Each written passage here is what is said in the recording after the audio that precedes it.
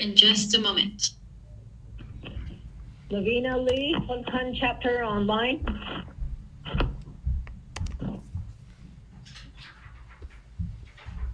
You want to do a roll call?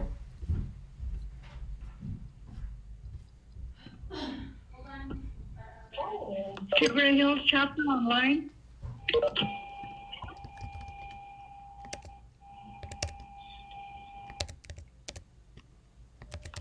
Hi, good afternoon. Thank you for calling in. We're going to wait just a minute for everyone to continue calling. This is the Northern Agency update call.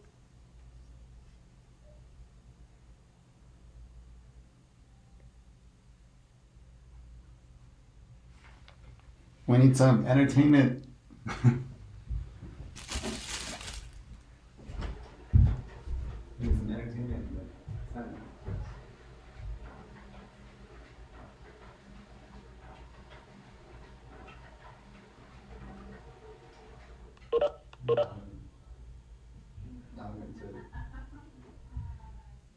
Tell his jokes.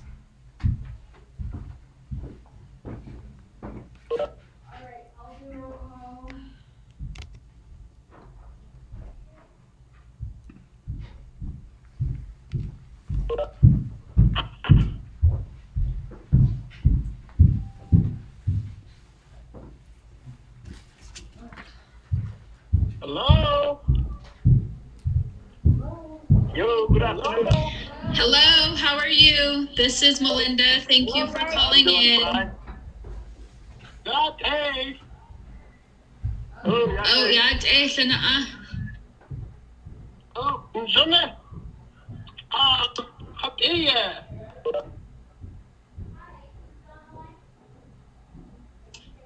Good afternoon. This is Melinda Arvizo-Siaco. This is the Northern Agency Update Weekly Call. Kwasi. Alrighty, we'll get started here in a minute. We're just waiting for everyone to call in. Okay. And bye.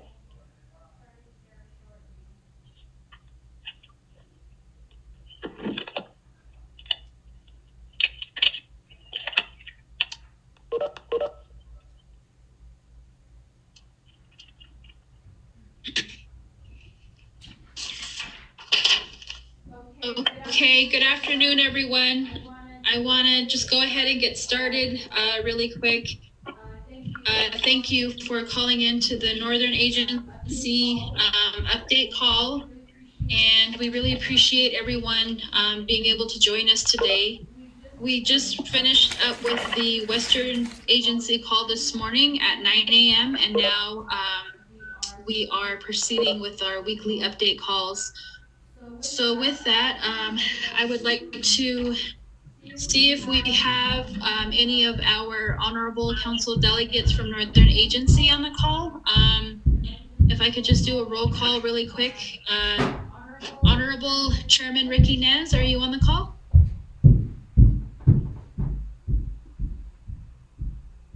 Okay, do we have Honorable Amber Kanazbat-Krati?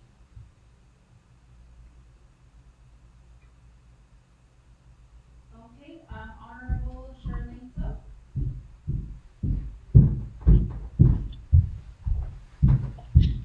And Honorable Chairwoman Eugenia Charles Newton.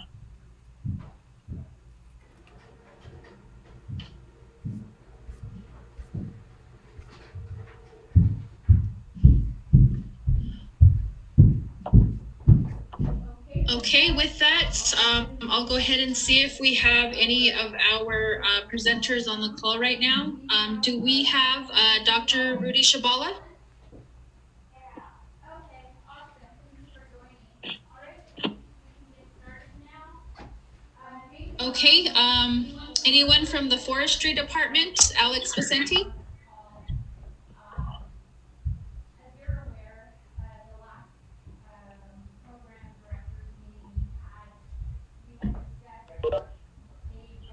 Okay, it looks like we have a few people still calling in. I'm getting text messages that they're still getting on the call, so let's wait another minute, and we'll get started here in a bit. Meanwhile, we'll go ahead and do chapter roll call as well.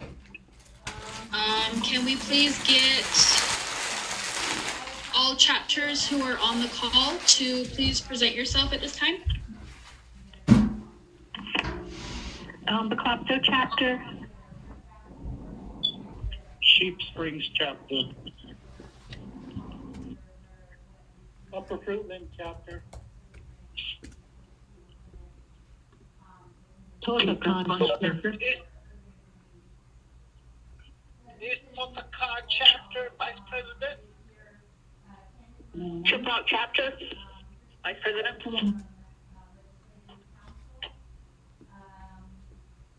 Tasmasti grazing official.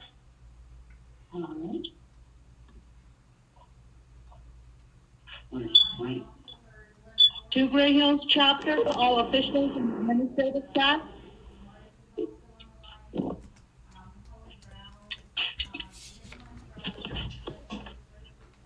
Okay. Ayda stot khatnas nil danosinigi nikij dawin daigi. Do we have any other chapters?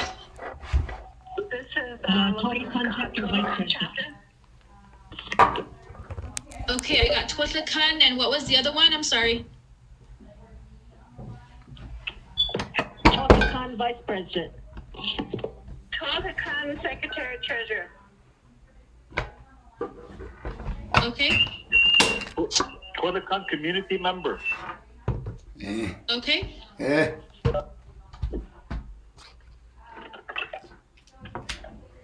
The Clapto Vice President. Okay.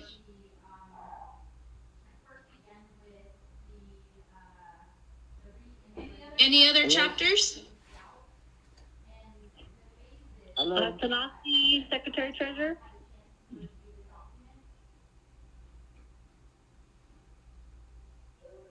Okay. Burnham chapter. Burnham chapter, Vice President. Okay.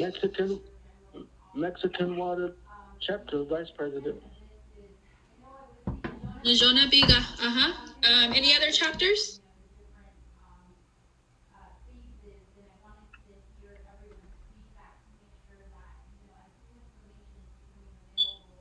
Are there any other chapters?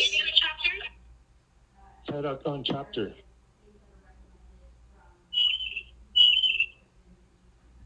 Tetlakan chapter. Okay.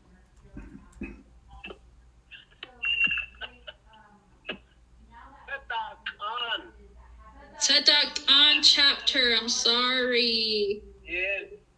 I apologize. Okay, we're gonna go ahead and then move on. Just to repeat, we have the Clabato chapter, Sheep Springs chapter, Upper Fruitland chapter, Twitlagun chapter, East Tosakad chapter, Shiprock chapter, Sashnazd chapter, Two Gray Hills chapter, Sanasti chapter, Mexican Water chapter, and Burnham chapter. Any other chapters? Eastern Bunch chapter. I'm sorry, can you repeat that last chapter? Eastern Bunch. Okay, Isnas Banspiga.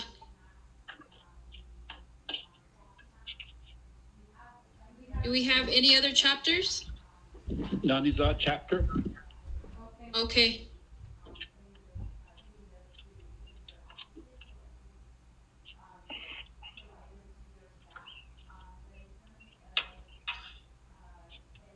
Okay, thank you very much.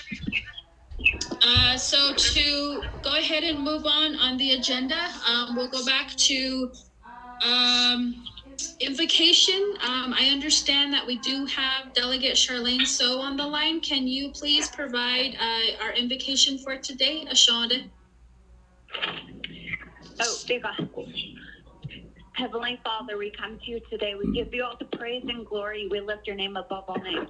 We thank you every day for providing for us, for keeping our families safe.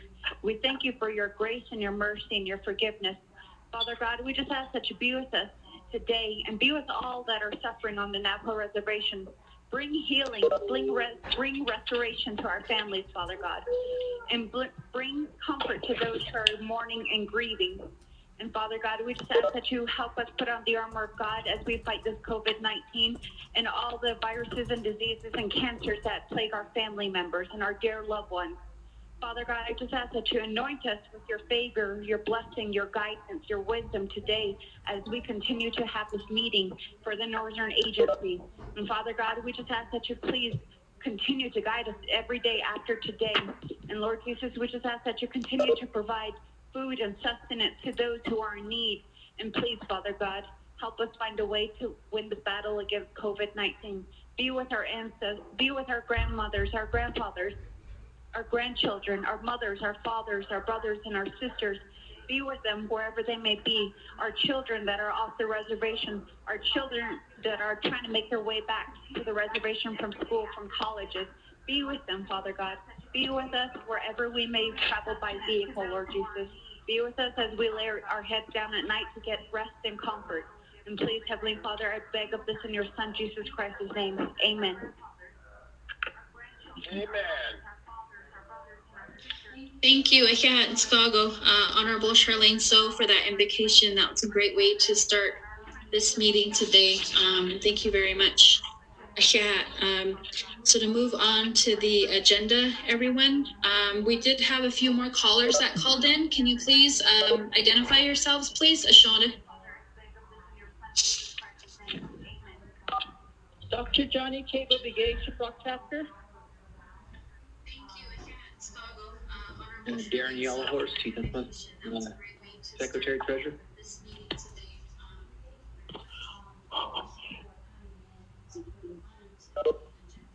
Okay, anyone else that just joined us?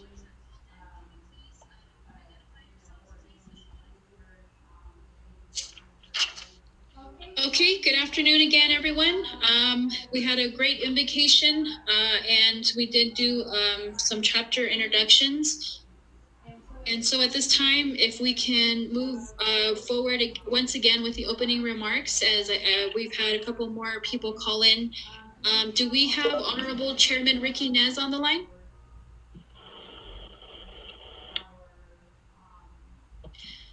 Okay, I do believe he's still chairing the Resources and Development Committee meeting that also took place this morning, starting at 10. So I think they're still on that call.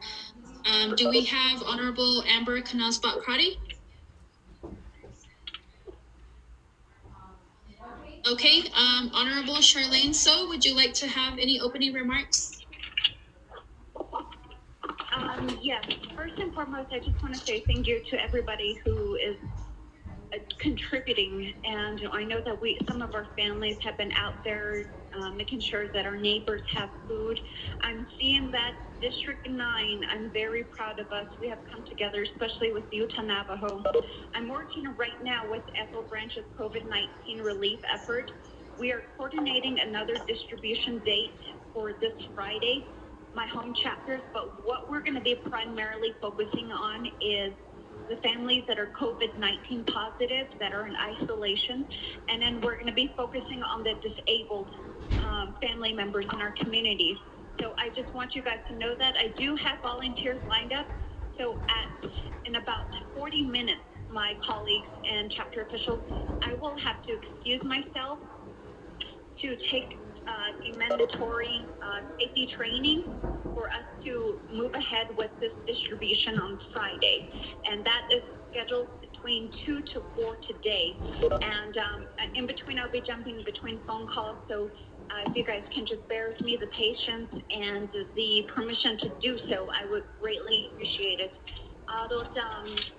And again, we're just focusing on getting some more resources out.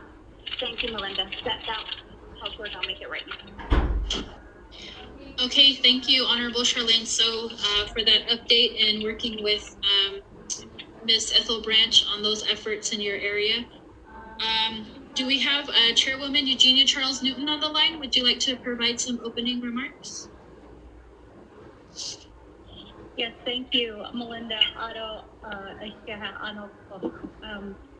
We are working here with Northern Navajo COVID Relief Team. We did get some hand sanitizer in, so we're really excited. We will be distributing some of that hand sanitizer to Amber, Delegate Fadi's area, and Delegate Naz's area. We are coordinating that effort now. We also are focusing on our focus has always been on those who have tested positive, and we do home delivery to them. We have a group of volunteers who do assist us during this time. We also, for those individuals who don't have transportation, we have also been trying to assist them as well. Again, we do home deliveries. So we are trying to coordinate with our partners there in the community. We've also partnered up with Navajo Hopi as well. So we are getting the materials out to the people, and it's been great. We have had just a lot of donations coming in. We try to get the food boxes out that same week. We do full inventory, and we're keeping track of all of the families who we have assisted. We so far have assisted over 260 families in the Shiprock area. We expanded to Cuddy-Eye last week. And we also are, again, working with Delegate Fadi and Delegate Naz in this effort. So it has been a really good, team right now. But I know that, it's going to be a long, couple of more weeks. As we hope to hear more positive news coming out. And so we do look forward to that. So that's just kind of an update that we are, that we have at this time. So this Northern Navajo COVID Relief Team is being run just like the Navajo Hopi, just by volunteers. And where I can assist, I do try to assist. So if you need hand sanitizers, there is a poster on the the Northern COVID Relief Team on Facebook that I can send you a link to. You just fill out the survey, and we're going to start distributing the hand sanitizers next week. That's the plan for now. So that's the update that I have. Thank you, Melinda. Okay, thank you very much, Chairwoman Charles Newton, for your comments. So I did get a text message from Chairman Nez. He did say that he's still chairing the Resources and Development Committee meeting, but will try to join us once they adjourn. So really quick, I just wanted to round back over to see if we have Honorable Amber Kanazbat-Kadi that joined us.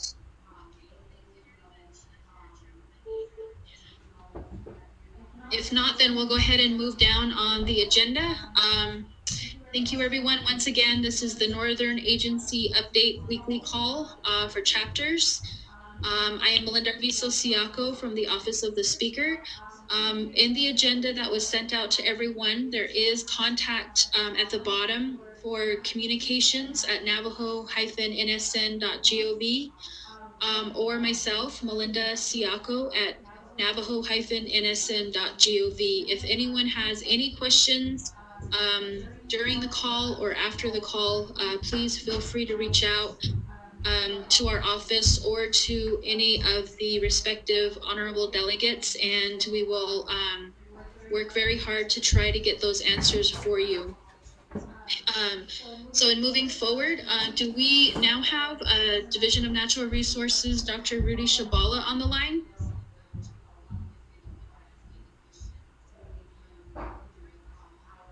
Okay, if not, then we will come back to some of these presenters later on. Do we have Forestry Department from Natural Resources, Alex Vicente?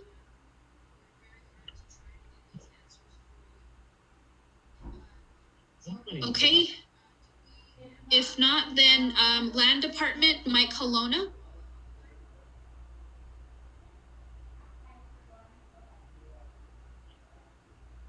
Do we have Mike Colonna on the line?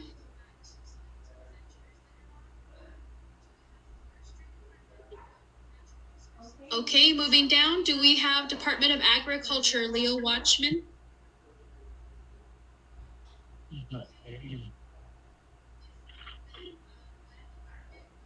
Okay, Department of Water Resources, Jason John?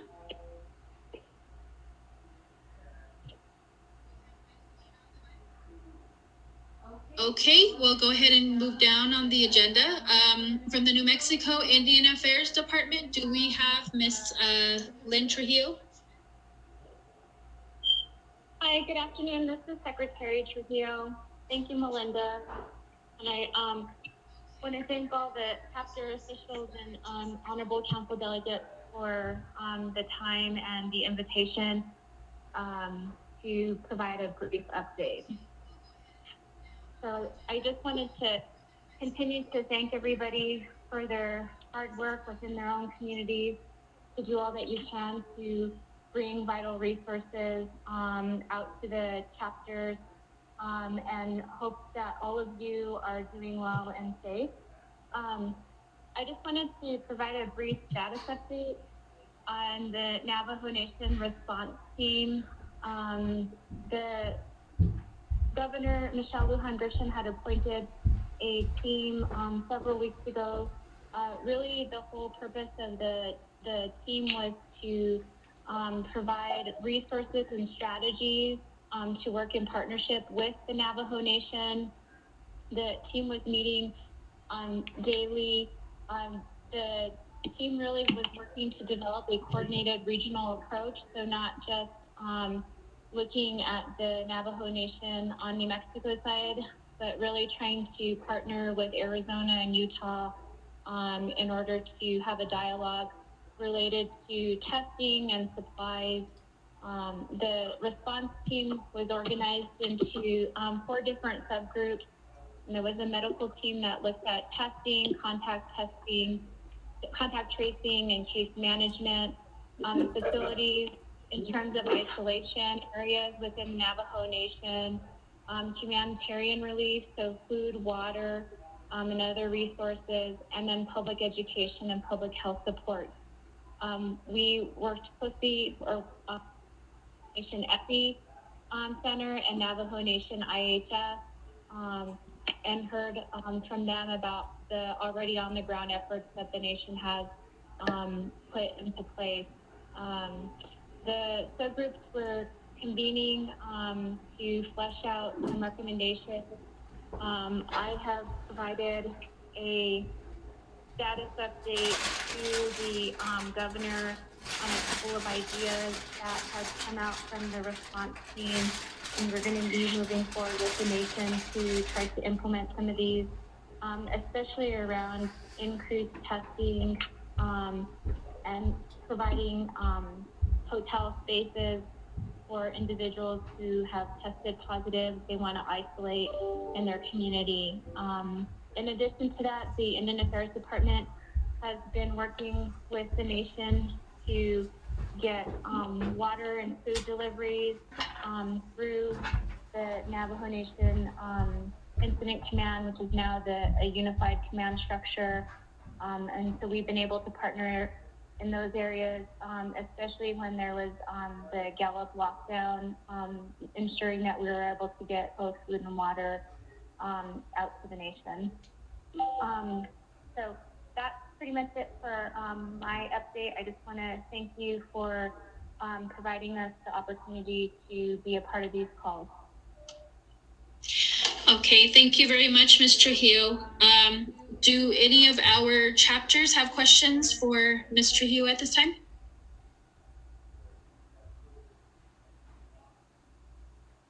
Okay, if not, then Ms. Trujillo, really quick. There was a discussion at the last Navajo State Task Force meeting in regards to the Navajo response team, and so one of those questions was, is your committee currently still hosting the weekly calls? I do remember there was information, I believe every Friday, is that correct? So just to clarify, the response team was having calls as an all-call team on Fridays, and we have no longer been doing those calls because a lot of the work has been happening in the subgroup. And then the calls are not taking place anymore because we needed to look at the different recommendations and make a plan moving forward. So at this time, we don't have anything scheduled. Okay, thank you very much. And then the other question during that meeting was whether the team was going to reach out to the council, the 24th Navajo Nation Council, to work on collaboration and possibly having some input recommendations or even a representative from the council membership on your team. Would that be something you can consider? So we did, and actually, Council Delegate Mark Freeland was forwarded the invitation because of his role as the chair, I believe, and you'll have to help me with this. The other task force, the statewide task force for the delegates that he convened. So he was a part of that call. I don't know if he dialed in last Friday. Okay. Okay, those were just the two main questions that I had right now. Thank you for your presentation, and if there's any other follow-ups that we need to have, I'll definitely get in touch with you. Thank you, Melinda. I appreciate it, and I'm going to have to hop on another call, but if there's anything else that we can follow up with or support, please don't hesitate to reach out to us at the Indian Affairs Department. Okay, thank you very much. Yeah. Okay, in moving on the agenda, do we have the Bureau of Indian Affairs Navajo region on the call? Good afternoon. This is Superintendent Lester Sosi, and I'll be providing the report out this afternoon on behalf of Regional Director Bart Stevens, who was not able to attend this teleconference. If I may, I can proceed. Okay, that's fine. Thank you, Mr. Lester Sosi. Go ahead. Thank you very much again. BIA appreciates being involved in providing technical assistance or support for the Navajo Nation representatives, tribal communities, and even more specifically, chapters across the Navajo Nation. It is true that this whole COVID-19 pandemic has impacted all of our works in different ways. BIA, of course, works on and usually is working with federal regulations to support initiatives and projects by the Navajo Nation. So today I want to basically briefly give two updates. One is that Regional Director Bart Stevens has been staying on top of the necessary actions and work that have to be done to support the Navajo Nation under situation. For example, been working closely with Navajo leaders on addressing rights-of-way issues, inquiries, and different things that would have to be addressed for infrastructure development for water line and electrical lines, even so much for perhaps temporary watering stations at different locations as a mitigation measure for COVID-19. Our team internally has developed a white paper, and we have on the right-of-way assessment and situation, and we have provided that to Navajo leaders, including RDC and other key Navajo officials. We have also been working with Mike Halona with the Navajo Land Department to ensure that their comments, their feedback is also part of the discussion and going forward on addressing rights of ways and other important work that has to happen, especially if there are going to be numerous infrastructure requests that comes through based on the COVID-19 funding that was appropriated for the Navajo Nation. So I'd like to just pause here and address any issues related to that.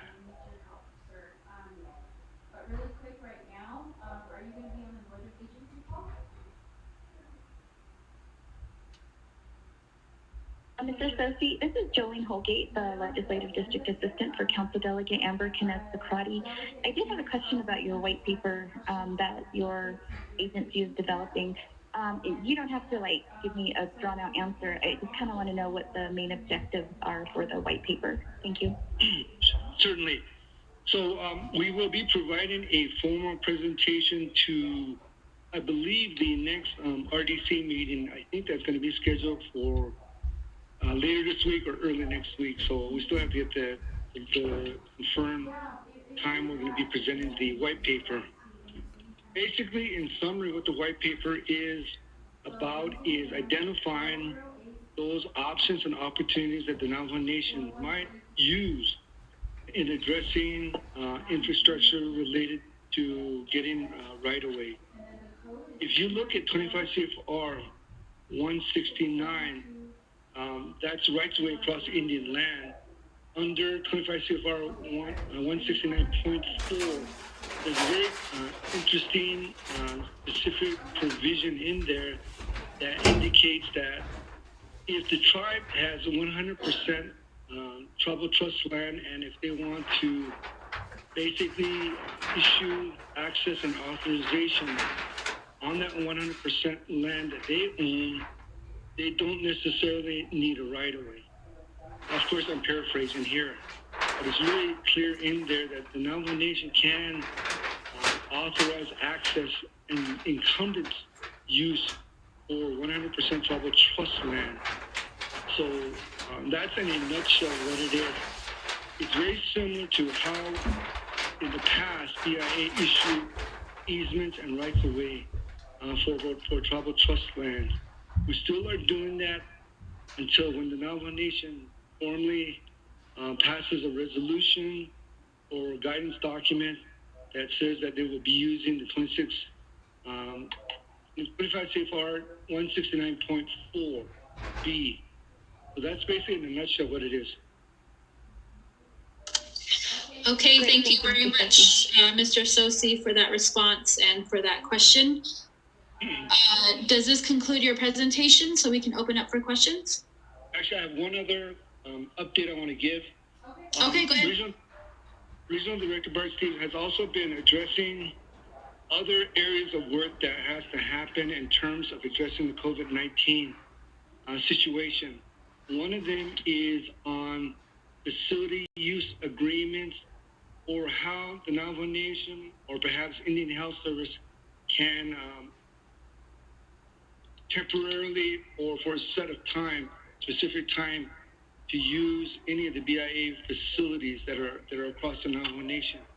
This could possibly include just BIA facility itself, or possibly at Bureau of Indian Education facilities that are located across the Navajo Nation. So there has been numerous discussions with council delegates. In fact, on April 30th, 2020, in coordination with Delegate Edmund Yazzie, our regional director held a call with Rosalind So, Mr. Tony Gearman, which is the BIE director, Emily Arvizo, the acting associate deputy director for BIE, Delegate Yazzie, and nomination voting chairperson regarding a facility use agreement. This was really understand how agreement will work, and it's much more if the agreement between two federal entities. So as from that example, regional director has been really to see if and make sure that the Navajo Nation have the tools to address COVID-19 in different situations. So that would be my second update. Oh, yeah. Thank you. Okay, thank you very much, Superintendent Sosi. That thought does that done finish that died of Kinde on this presentation.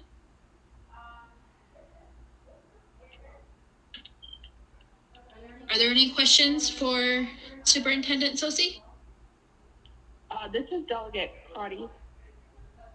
Hi, thank you, Shada Delegate Crotty, for joining us. Go ahead, ma'am.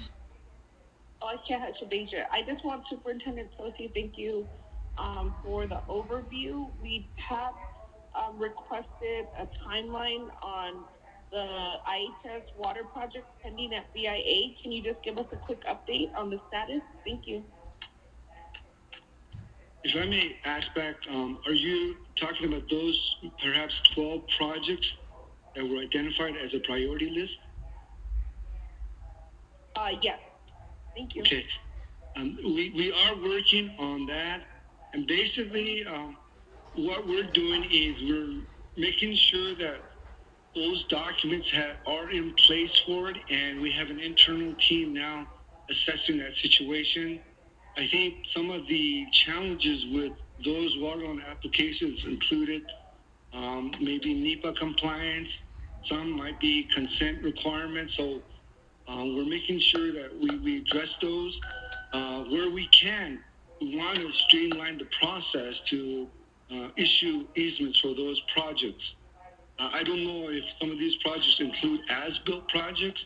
I know here in Eastern Navajo Agency, we have several as-built waterline projects that we are processing at this time too. So we have a team now, and we had a team before, but we're much more focused on addressing those priority projects.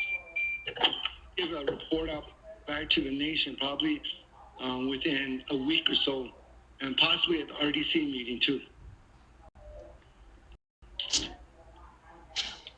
Okay, thank you. Yeah, Superintendent Sosi, and for that question as well. Does anyone else have any other questions for Superintendent?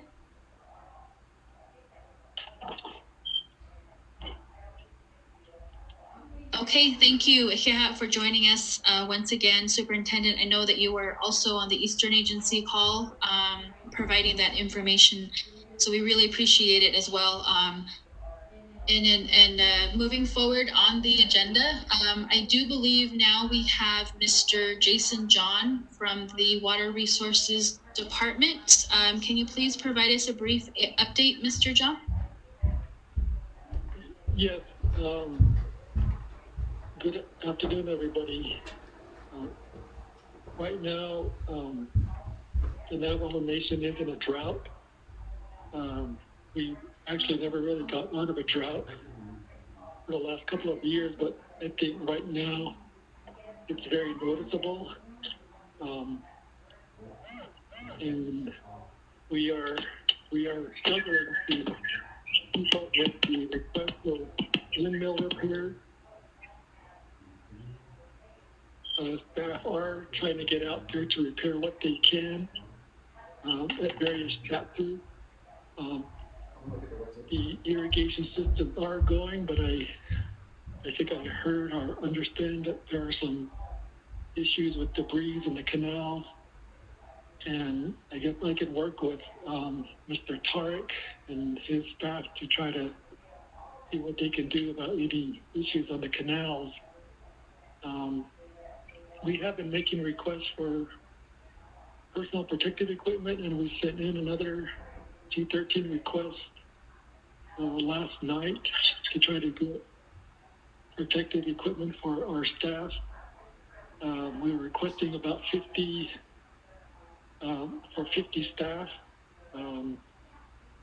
stationed throughout the Navajo Nation for various activities, and we'll see if we can get that. We have been assisting with delivering supplies to various chapters, coordination with the Office of President. We have been assisting some chapters with um, digging for burial sites as well. So right now we are also working on some of the requests for the CARES Act funding, in coordination with various chapters and other agencies. We just have a lot of confusion about what the requirements are for the CARES Act. Normally it takes 2 to 2.5 years to get a waterline project out to bid. That is doing all the planning, design, the permitting, the right-of-way, the bidding. And typically it takes over a year to do the construction. So on a normal timeline, you would need 3.5 to 4 years to complete a waterline project. In this CARES Act funding, we may have to try to complete all those tasks within 3 months, which is, you would say, considered almost impossible. But if there's leeway to just encumber the money for projects, I think we would have a lot more to work with if we just had to encumber the money for December. But that discussion still needs to be had with attorneys and leadership. That in summary what I have for an update.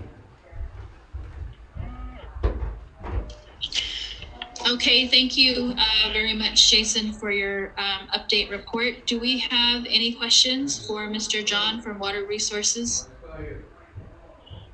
Yes, I do. Okay, go ahead. Lavina Lee from Teleconference. Windmill repairs. We have 3 windmills that are out, and I was just wondering if you received our requests on the repairs for the 3 in Sweetwater. I think we did. We currently have a list of over 100 windmills that need repair, and it takes about anywhere from a day to a week to repair each windmill. So I think a lot of folks just have to be patient with the time it takes to do all this work.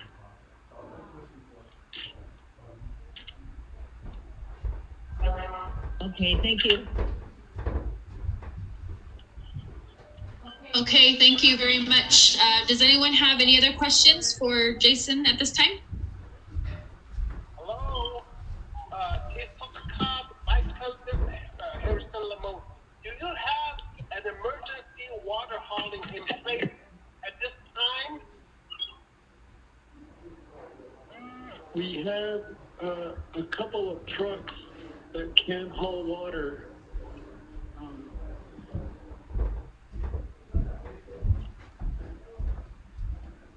And we did take a load of water out to a site yesterday.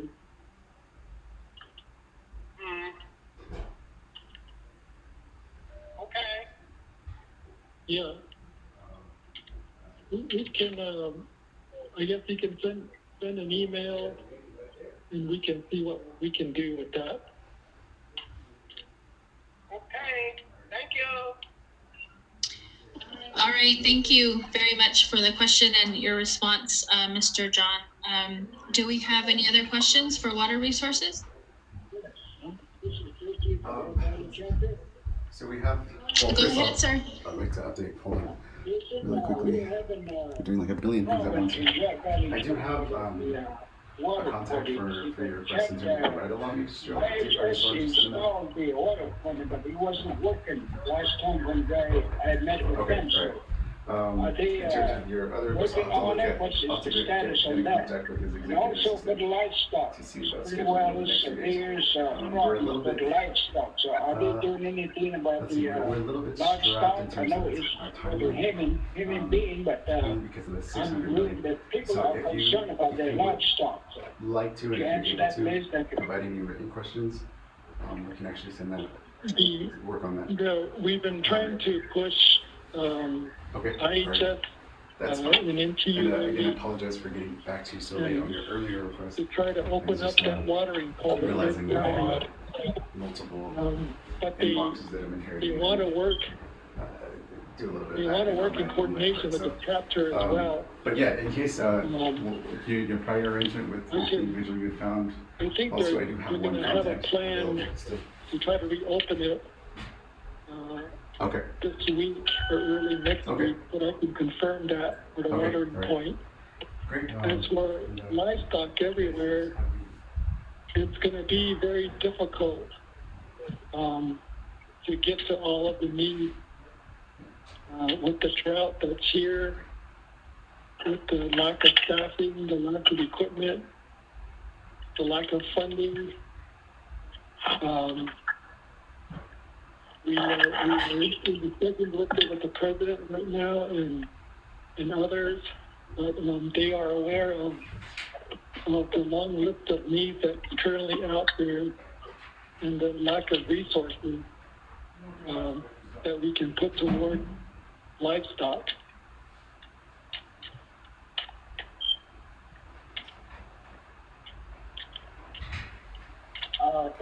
Is that local,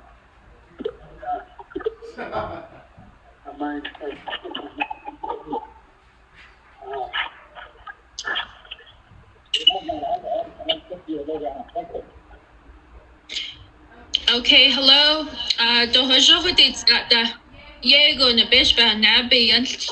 We can't hear what you're saying, sir.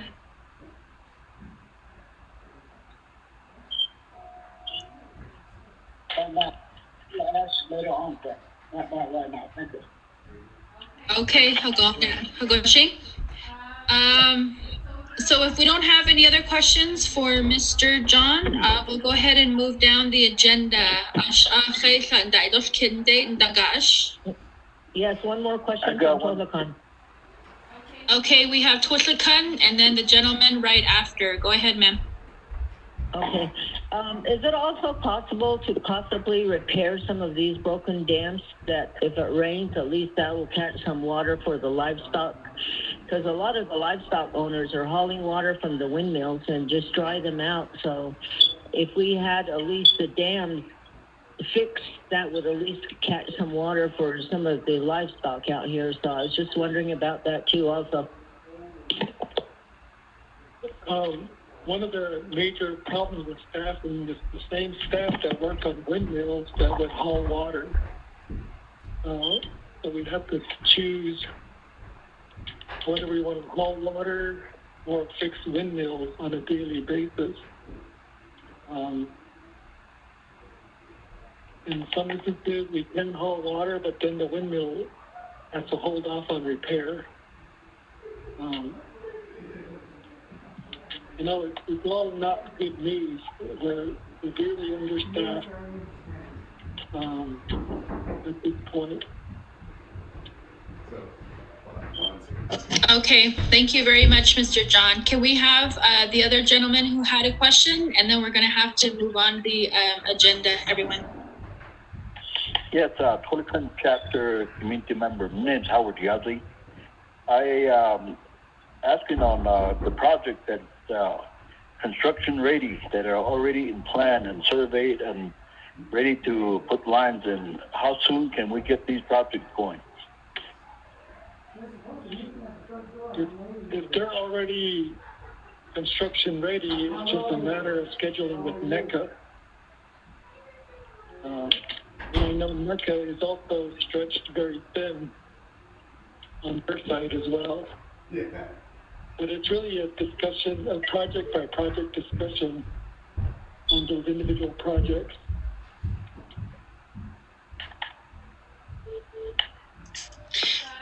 Mr. Yazzie, can you email me that in a question form so that maybe we can follow up after this call and kind of get more information for you on which project you're referencing? Thank you very much. We will do that. Okay. Oh, Biga. Okay, thank you, Mr. John, for your update. We really appreciate you jumping on the call. So I know that Mike Colonna from the Land Department is on. He was muted earlier, and he said he was trying to talk and provide his update. But really quick, though, I think we actually have to move into the Office of the Speaker COVID-19 report as our legislative staff assistant, Mr. Donovan Hanley, is on the line, and then we'll go ahead and round back to Mike Colonna right after that presentation. Thank you. Go ahead, Donovan. Good afternoon, everyone. Yes, hey, okay. Yes, hey, Jake. Good afternoon. I'm going to give the report on the Health Command Operations Center, and the report is as of for yesterday, Tuesday, May 19th. The total on the Navajo Nation is 4,153, which is an increase of 82 new cases from Monday.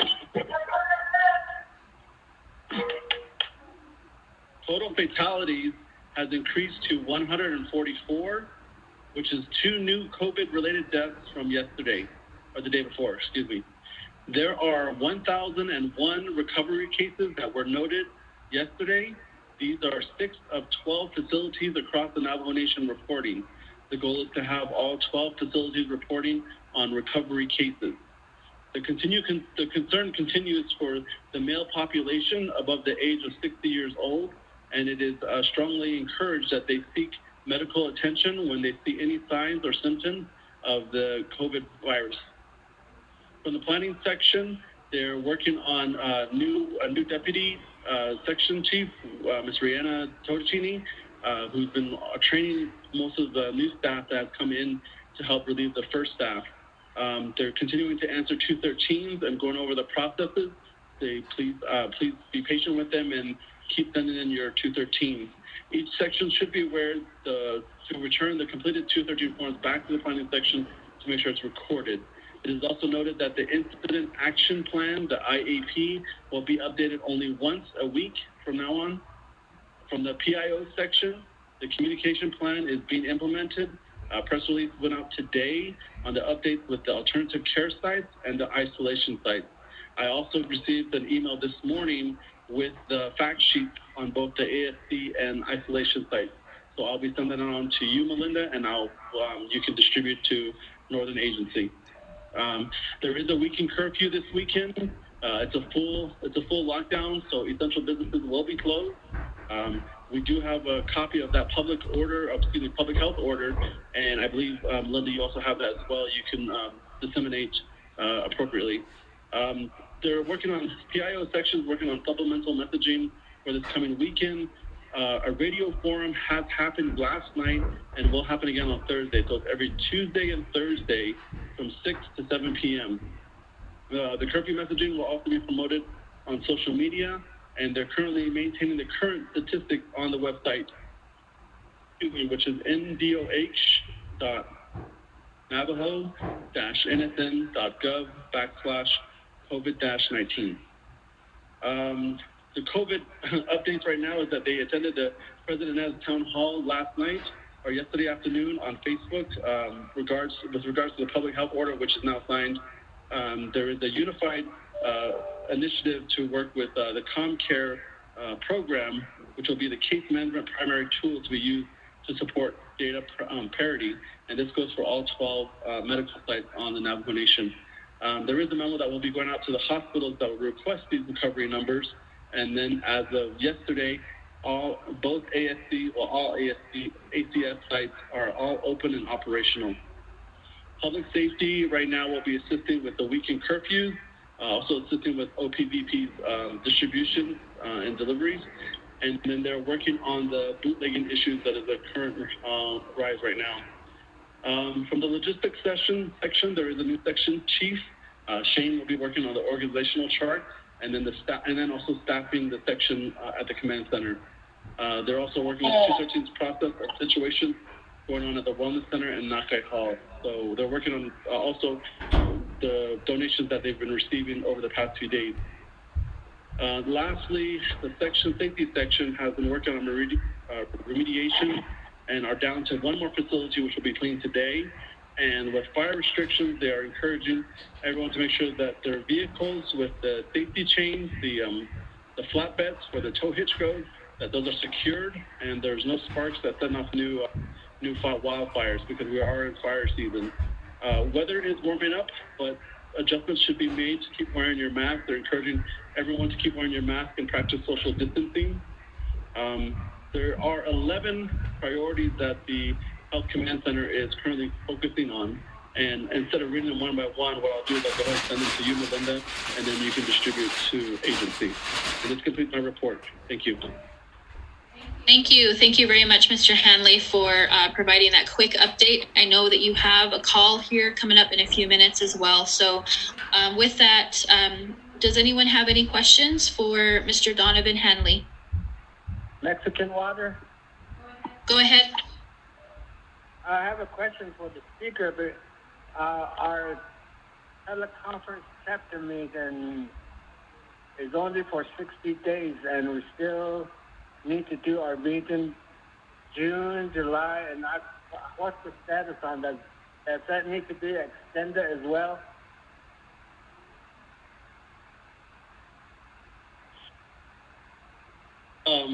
Thank you for your question. If I understood right, are you speaking on the quorum issue, the extension of the quorum? Yes, right now we're doing mostly teleconference. I think all the chapters are doing it. But the council, I understand, only approve it for 60 days. And that 60 days is up. And from June meeting on, do we still need teleconference, or do we need another legislation to extend the teleconference for the quorum to do chapter meeting, planning meeting, and so on? Okay, thank you very much, Mexican Water, for that question. What I'm going to do is I'm not 100% certain on a response right now, so let me go ahead and find out some information for you, and I'll pass that along to Melinda, and then she'll transfer to you. Thank you. Thank you. That was actually a really, really good question. I think that goes across the board for extending some of those resolutions that were put in place for 60 days. We definitely will get more information for you on that, and definitely let our leadership know, as well as honorable delegates that are on the call today from Northern Agency, regarding that important question. So thank you very much. And just really quick, does anybody have any other questions for Mr. Hanley at this time?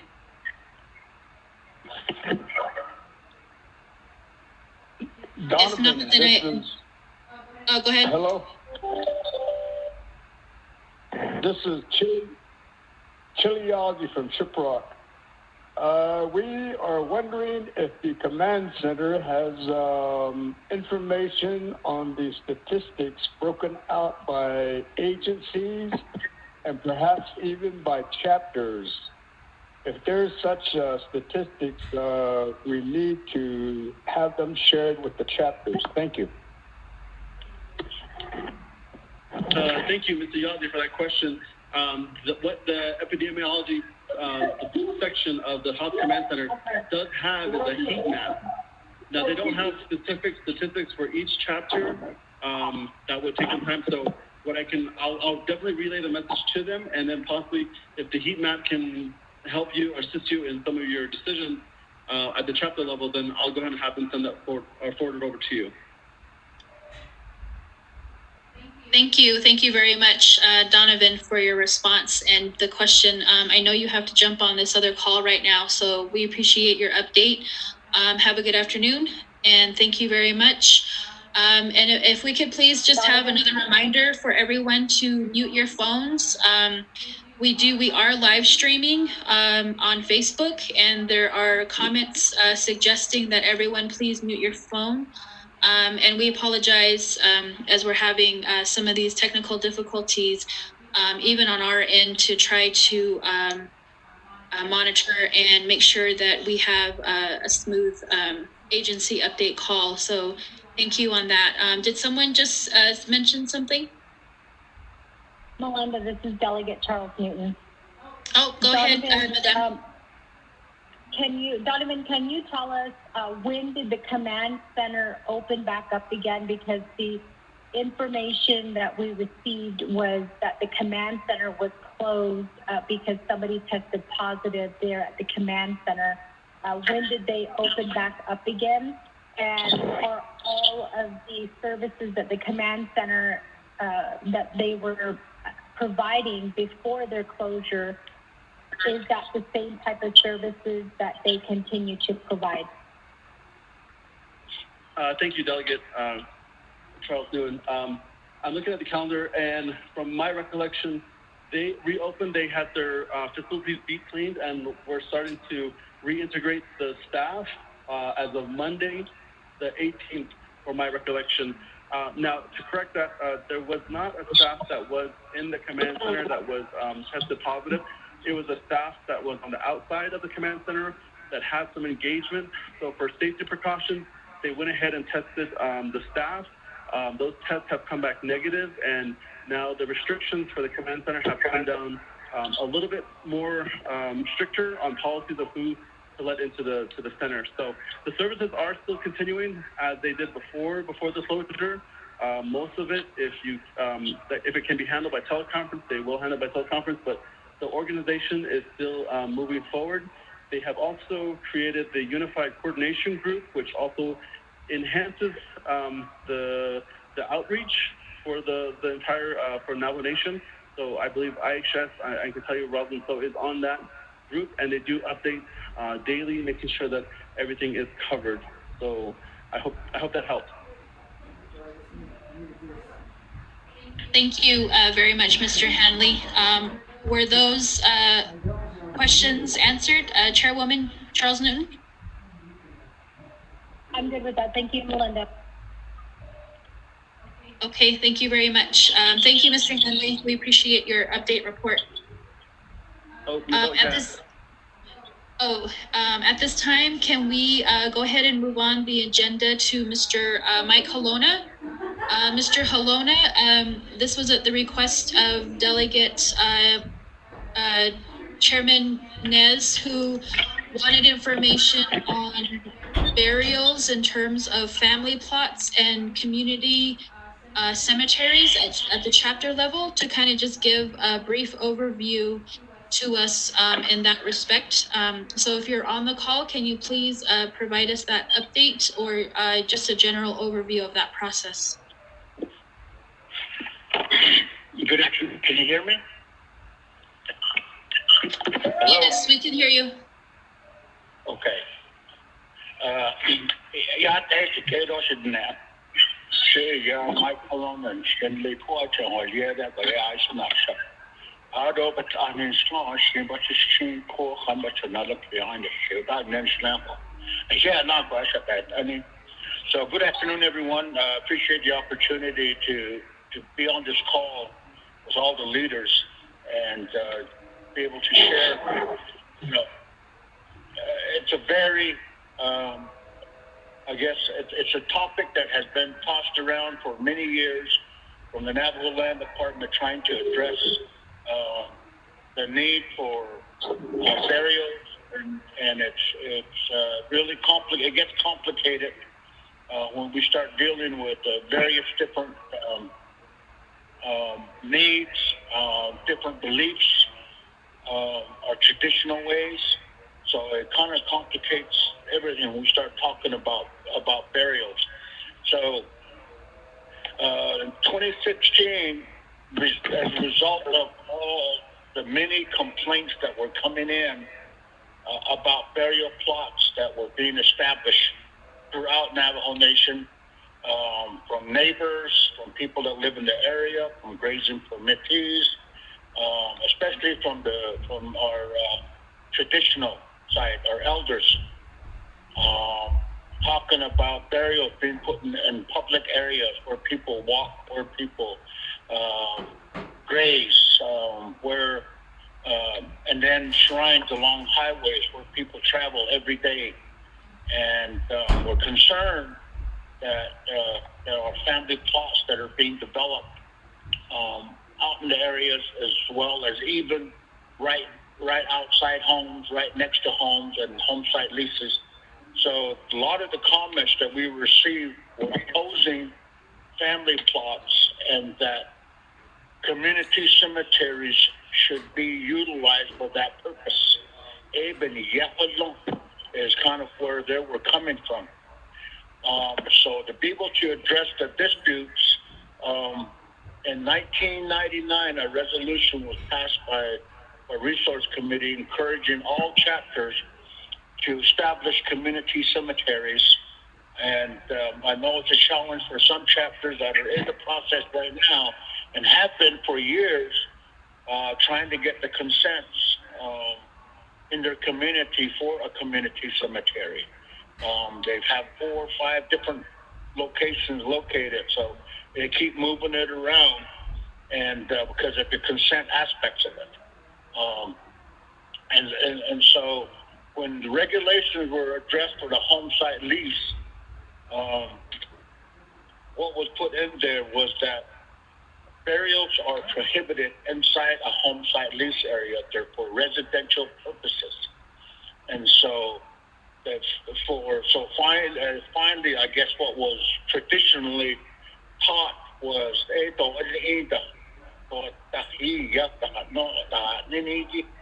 we finally put it in writing that you couldn't put a burial site inside a home site lease next to your resident, especially if there's neighbors that live next door. These are some of the complaints that come in and asking us to move bodies that are affecting their families and their children. And then we went further to say that only burials will happen within community cemeteries. Some of the cemeteries have been expanding over the years. Upper Fruitland did a really nice job of getting a community cemetery withdrawn with great plans. So, appreciate their hard work to do that, and maybe they'll share plans with you on how they did that for their community. And I know it's a regional community cemetery from what I remember of the plan. And so now we have this COVID-19, and I understand and my heart goes out to those families that are dealing with losses as a result. And one of the first things we want to do is, think about maybe burying a loved one where they were raised, where they were born. I understand all that, but at the same time, even the traditional people say, no, you don't do that. The old traditional ways were put where nobody goes, where people aren't going to come across it, and in that. So we got guidance from that side as well. And so I know there are a lot of family plots that are out there, and so in this emergency situation that we're dealing with, families are looking, and I'm already getting complaints of families that are planning burials and out in grazing areas, and have grazing permittees sending letters to me and emailing me saying we need to stop this. We don't agree. We're not going to consent. So that just causes more heartache. We are expanding the land dispute to affect even more families during this hardship time. So I know there's been a couple of burials that have happened in family plots. One was with the agreement that the family would come forth and would properly withdraw that area, which will become a private cemetery. They're going to get a lease on it. There'll be somebody in charge that will manage it. And there's a couple of reasons why. We have a lot of people come in also looking for burials. They want to know where their great-great-grandpa is buried at. They're kind of given some direction. They ask us, do we know where they are? Do you know even at cemeteries, do we know what plot their great-great-grandfather is buried in? Which nobody has that information, but I know some of the old churches have kept those kind of records of each plot and who was buried there. So that becomes a need. And how some of these burials are happening in floodplain without thinking about it is causing problems. In the future, will it affect projects that are developed? Will it affect roads? Will it affect water lines, utility lines, housing in the future? In 50 years from now, how are we setting that up? So all of that is compounded in a situation when we start looking at burial in a family plot. I know some of the chapters have chapter plans that identified cemeteries of where they're planning cemeteries to be established, or the expansion of them, or finding new locations for veterans as well. So that's kind of, in a nutshell, when you think about it, it's really hard. It's a challenge to be able to come up with one set of rules or regulations, and that everyone will understand and comply with. So under this COVID-19 situation, what people are asking us, is it safe for burials outside of cemeteries, new burials? Is it safe? And I don't have the answer for that. I don't know if the health officials have determined any of that. I know Optum Nation, they're finding different areas in some cases for those individuals that have succumbed to COVID-19. I know tomorrow we do have a call with RDC, similar to a work session, to discuss how we're going to handle the requests, the need, how we're going to address that in the future, on how we're going to handle the burials. It's an ongoing discussion. We're working with Department of Justice to look at the travel code now, what it says now, the regulations that are in place, and I think as a result they developed with the health department guidelines for burials on how that's handled. It's a challenge to be able to address a case-by-case basis as to how do we try to accommodate everyone without affecting other people in this process. So I'll stop there. If there's any questions or something we can answer, or you're welcome to get on the call tomorrow with RDC, provide input and comments to regulations that we want to develop that are beyond what we have now, more guidance as to even how they're taken care of. And I think that's the big thing, is that open range burials cause a lot of people heartache, because there's artificial flowers. The wind blows, they blow these flowers and everything that's left all over in the grazing area. So if the family that grazes also in that area, have their livestock get into some of those, and it affects them, then now we have a dispute happening now. If it didn't happen, the livestock wouldn't have gotten injured or died from it. So those are some of the, I think, policies that need to be put in place, to where how they're kept clean, and maybe artificial flowers that aren't used, just biodegradable are used, and so forth. That's some of the, I guess, the details in providing some type of policy that we'll be able to address. I know I've been out to some of the chapters. I was in Cove right after the first of the year. Red Valley chapter, I was there in February, the first part of February, and the whole focus was on family plots and burials. And the chapter was packed, and it was full, standing room only, and the objections were all heard. Objecting from family plots. Families that do have family plots wanted to stop that. How did they stop any more from happening? Any additional burials happening? Were the objections that came up. And so, I know the public is really concerned. I mentioned shrines and highways. They've also brought up the fact that we should be stopping shrines being developed along the roads and stuff. It's like I mentioned, it's a challenge. It really is a challenge. So with that, I'll turn it back over to you. Thank you. Thank you, Mr. Halona, for your report. Do we have any questions for Mr. Halona from our chapters? I have a question. Go ahead, sir. This is Darren Yellowhorse, Secretary Treasurer for Tijuana Plus, and thank you for that report, Mike. And also listening is Sweetwater Chapter President Lena Clark, and we both work for the county as well. But our question is, since it falls under, and it sounds like it falls under the grazing holder, do we have to get their consent and have the acknowledgement from the grazing official, or is it vice versa? If we're going to do family burials.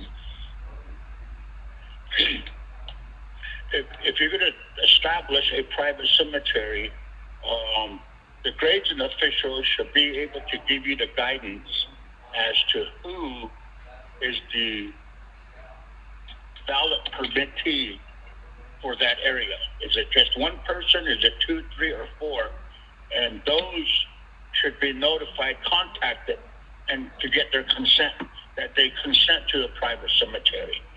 They may have additional conditions, that it must be fenced and so forth. So they might provide them some conditions on a consent.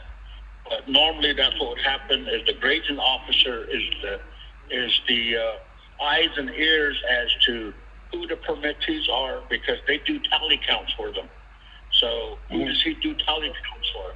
Who's the actual users of that area?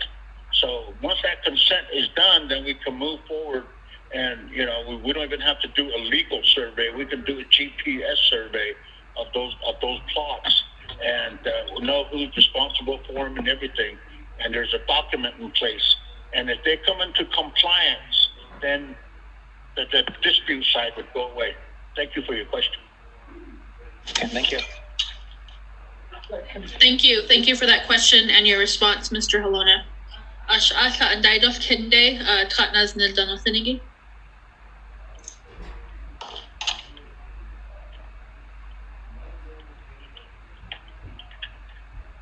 Ma'am, I had a follow-up question.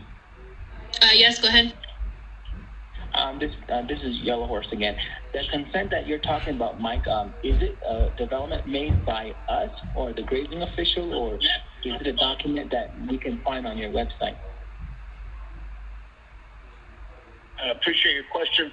It's the consent form. The current consent form is on the website, and the individual that is establishing that private cemetery, who's going to be responsible for operating it and maintaining it, is going to be the lessee. They're the ones that need to go get the consent from the valid permittees with the information that the grazing official gives them.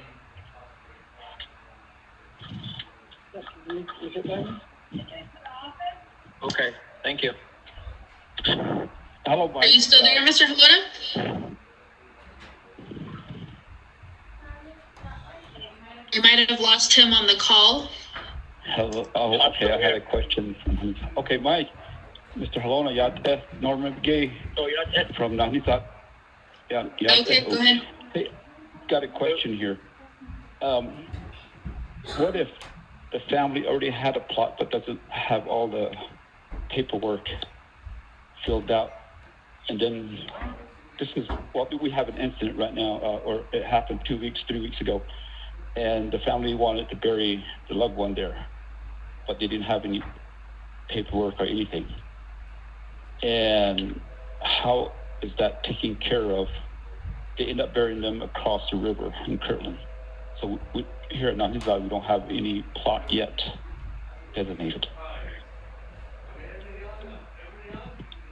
So we had a kind of a 2-day, 3-day issue with this, with the family, trying to tell them that they can't do that. Thank you for your question, and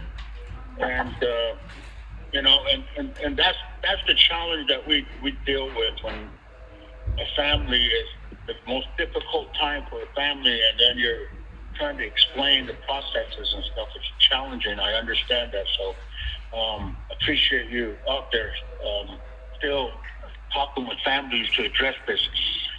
In the event, okay, there's a need, and I would always tell people, we're not saying no, we're just saying not that way. I mean, just doing it without any coordinating.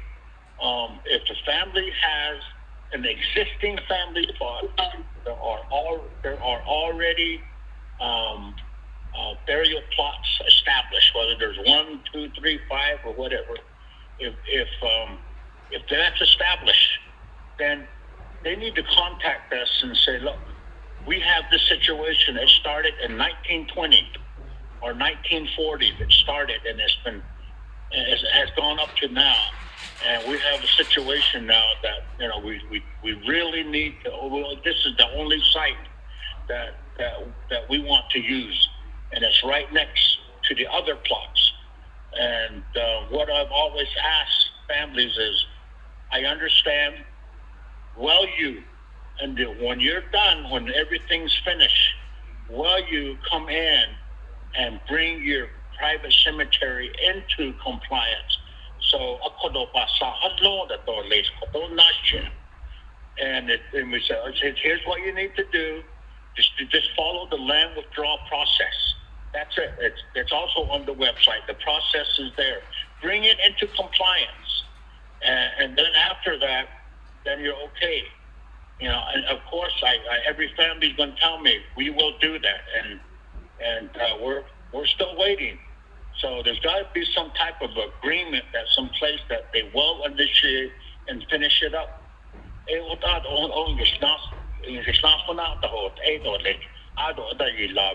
So that's the only part that it can happen if followed correctly, and we can guide them and we can provide them the information that they need and how to do it.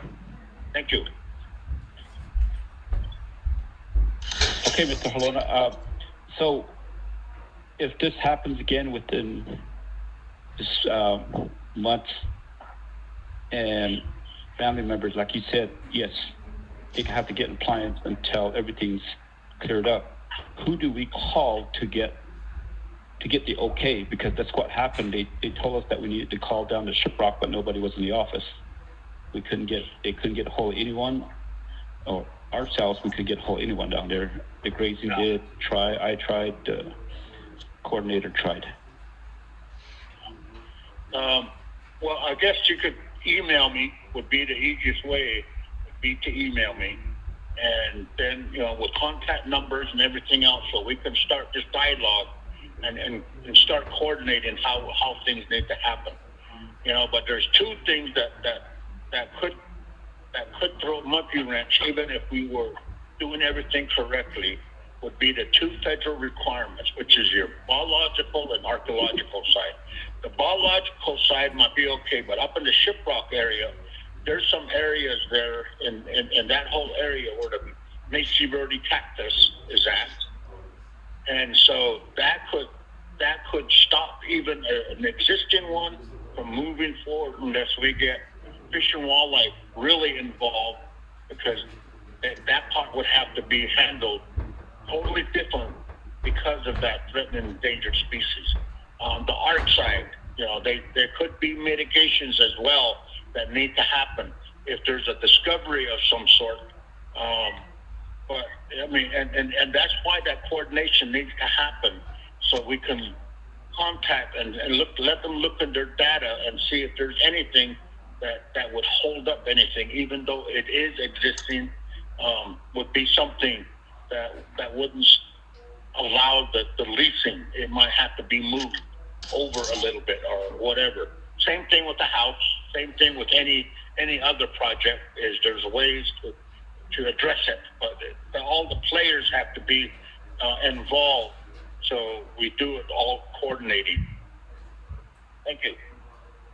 Okay, so in the meantime, they hold this body for how long to get all this paperwork done? I guess because they wanted to get all this thing taken care of. Well, that's the thing from coordinating on day one. We should be able to make some type of decision within hours of what needs to happen and how it needs to be addressed based upon where's it at, all of this. Then we have that information. Okay, thank you very much, Mr. Halona. Yeah, thank you for your response and those questions. Again, if anyone has any follow-up questions that weren't answered today, feel free to email myself or Mr. Halona regarding any follow-up questions or concerns. So again, thank you very much, Mr. Halona, for getting on the call and providing us that update report. And again, can I just remind everyone to please mute your phone? When you hear the echo noise on the call, it's because there are a few phones that are not on mute, and so it creates this echo noise. So thank you very much. And moving down on the agenda, I just want to round back to Department of Agriculture. Do we have anybody from that department on the call right now? This is Roxy June with Navajo Nation Department of Agriculture. Hi, good afternoon. Thank you for joining us, Ms. June. Just really quick, the request for the Agriculture Department was in regards to farming plots. If you could maybe provide a general summary of some of the things within your department in regards to irrigation, farming plots, and water.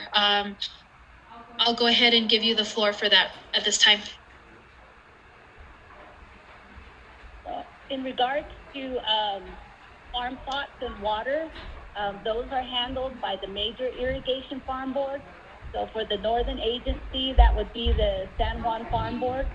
And I believe Mr. Dineb Benali is the president of that, of all the farm boards that meet along the San Juan. And right now they're all meeting by teleconference, so you would have to contact your farm board to find out what the calling number and the code is. In regards to irrigation along the San Juan, they do have irrigation groups that are managed by Water Resources.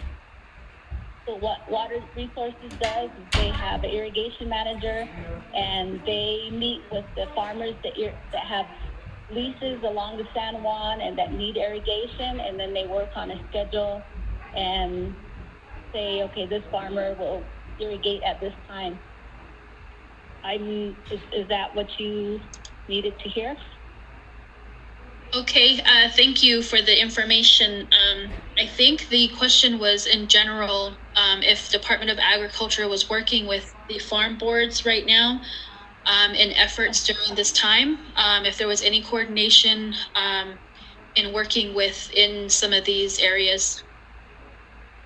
Yes, now the Navajo Nation Department of Agriculture has been open and providing limited services. So our office is open from Monday through Friday, 9 a.m. to 3 p.m. We have staff scheduled every day. They answer phone calls. And for the agriculture elected officials, they do have payroll. They do have accounts payable, payment process documents. So we have a box outside our office. So that's how we've been operating, and we have sent out emails we provide assistance to the district grazing committee members and the major irrigation farm board, so they are aware of our limited office hours. Also, you could separate or identify these areas by placing tape on the floor, like the areas that they're I'm sorry, I apologize for that. Go ahead. Okay. Unfortunately, last Friday, we found out one of our staff tested positive for the virus. So that put us into a situation where we have to completely shut down the office. We let the command center know. We contact the staff that might have had exposure. So currently several staff have taken a test. So far, everybody has come out negative. We're still waiting on the status of 2 other staff. But since that staff was in the office, and they were in the offices, just a few hours, so we don't think the exposure has been widespread, and we don't think anyone has been exposed. However, since the individual was in the office, and this is our Winter Rock office, we have to completely shut down the office, and no one can go in the building at all. So we're in the process of working with the command center for decontamination, and we are working to make sure our officials are going to get their payroll, that their general claim forms that they submitted last week are going to get processed. And we're in the process of seeing if we can switch over to the fair office, which is on the fairgrounds of Winter Rock, and use that temporarily. And I'm not sure if we have an inbox that we put outside, but we're working to have that inbox over at the fair office until our office is shut down. If we can get all the services in terms of decontamination done this week, then our office should be open again starting Monday to provide limited services. And the ranch program, the Ranch and Eastern Land Management, which used to be the Tribal Ranch Program, they're currently leasing out bulls. So they're doing it all on paper, and they're not going into the office, but they are still doing that. And yes, we are our extension agents that are assigned out to various agencies and districts. They are part of the teleconference. If they are informed in advance, we do call into those meetings.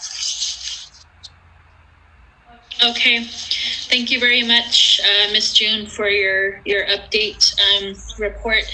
Do we have any questions for the Department of Agriculture right now? This is Delegate Crotty.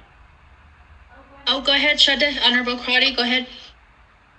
Thank you. I appreciate the report. I am trying to get clarification if, so as council delegates, where we have been identified as has Department of Ag provided that same courtesy to grazing officials?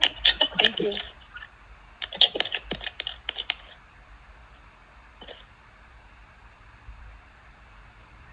Extended what courtesy? I'm sorry, I don't understand. Have grazing officials been identified as essential workers? As far as I know, from reading the public orders, they are not considered essential employees.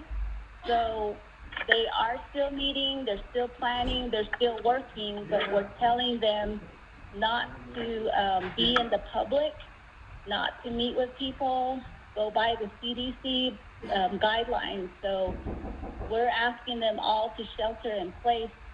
So when they're meeting, they're meeting using teleconference. And if there's like a dispute that's causing problems, they do address it. And they do include the parties that need to be there, and they are working with the rangers. But if you look at the public order, it just says, if it has to do with your health or your emergency, otherwise you shelter in place. So for our office, our employees are all working from home, and they're all following the public orders. And we do not have any PPEs at all. We've been asking for them since March, and I put in another request this month, and I included our agriculture elected officials in that, and I asked for masks and for gloves for them.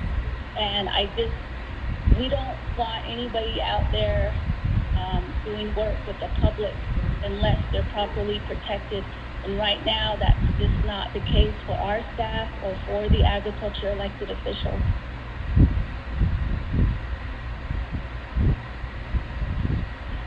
Thank you. I think as a delegate, I will certainly try to get you a supply of PPEs. That is really important that we're all protected while we work on behalf of the Navajo people. Thank you very much. Okay, one thing I do want to bring up, since the delegates are on the call, is one of the concerns that the Farm Board have brought forth is that, and some of the BDCs have expressed that their chapters are not allowing them to be part of the chapter meetings.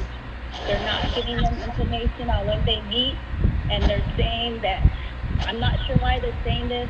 I'm trying to get a hold of a letter, but Ganado Farm Board was told you cannot be part of the Ganado chapter meetings.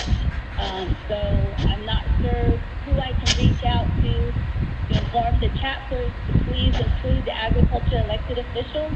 There is an ongoing drought, there's feral issues, feral horse issues, there's disputes, so your agriculture elected officials really need to be included. If the chapters are meeting in person, maybe they can provide a teleconference line for the officials to be on. But the council and the president have provided funds for the agriculture elected officials to attend chapter meetings. So, when in these calls, if you guys can please let the chapters know to include the agriculture elected officials. Thank you.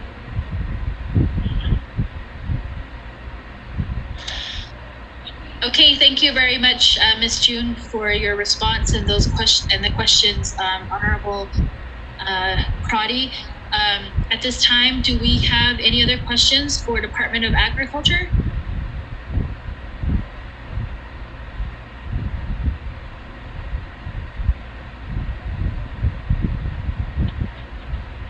This is Chiliog again from Shiprock. Go ahead, Mr. Yazzie. Oh, thank you. Some time ago there was some discussion about the drought fund, the drought insurance fund, and that a portion of those funds would be made available for agricultural activity.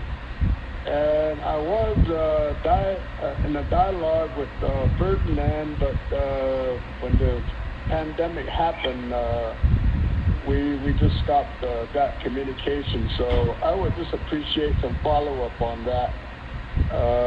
Farmers out here, we're still looking to see if we can't get some benefit from the drought insurance funding.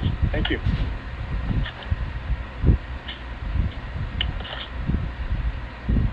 Okay, I will let Ferdinand know about that.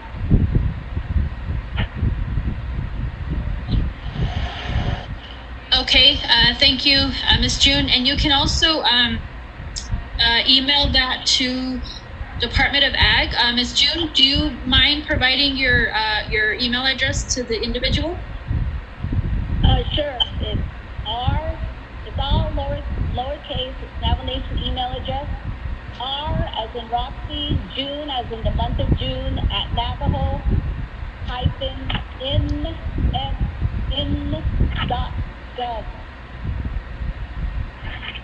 Also, I just want to remind everybody that we are under a stage 2 fire restriction, and it was emailed out through the Navajo Nation email.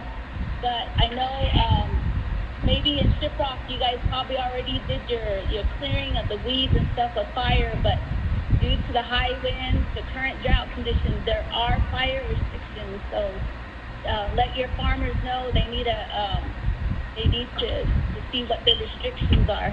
Thank you. Okay, thank you very much, Ms. June, for the information. And just as a follow-up, for the agriculture elected officials positions that would need to be included in chapter meetings, I believe we can try to follow up on that as well, and let everyone know, and the Department of Agriculture know, if we can get some kind of communication going on involving the agriculture elected officials within chapter meetings. Okay. Do I send that to the Chieftain's office, or hold on. Yep, hold on 1 second. Can everyone please mute your phone? I muted a few people and then I unmuted to try to see if we can have the communication line open for questions, but we're still hearing a lot of background noise. So if we could please have your phones muted, Ashonda, that would be very helpful to everyone on the call. And Roxy, you can, go ahead and address that to communications@navajo-nsn.gov. Or you can email myself, Melinda Siaco at navajo-nsn.gov. And I'll go ahead and also just shoot you a follow-up email after this call to make sure that we're in contact. Okay, that sounds great. Thank you. Okay, thank you very much. Does anyone else have any more questions for Department of Agriculture?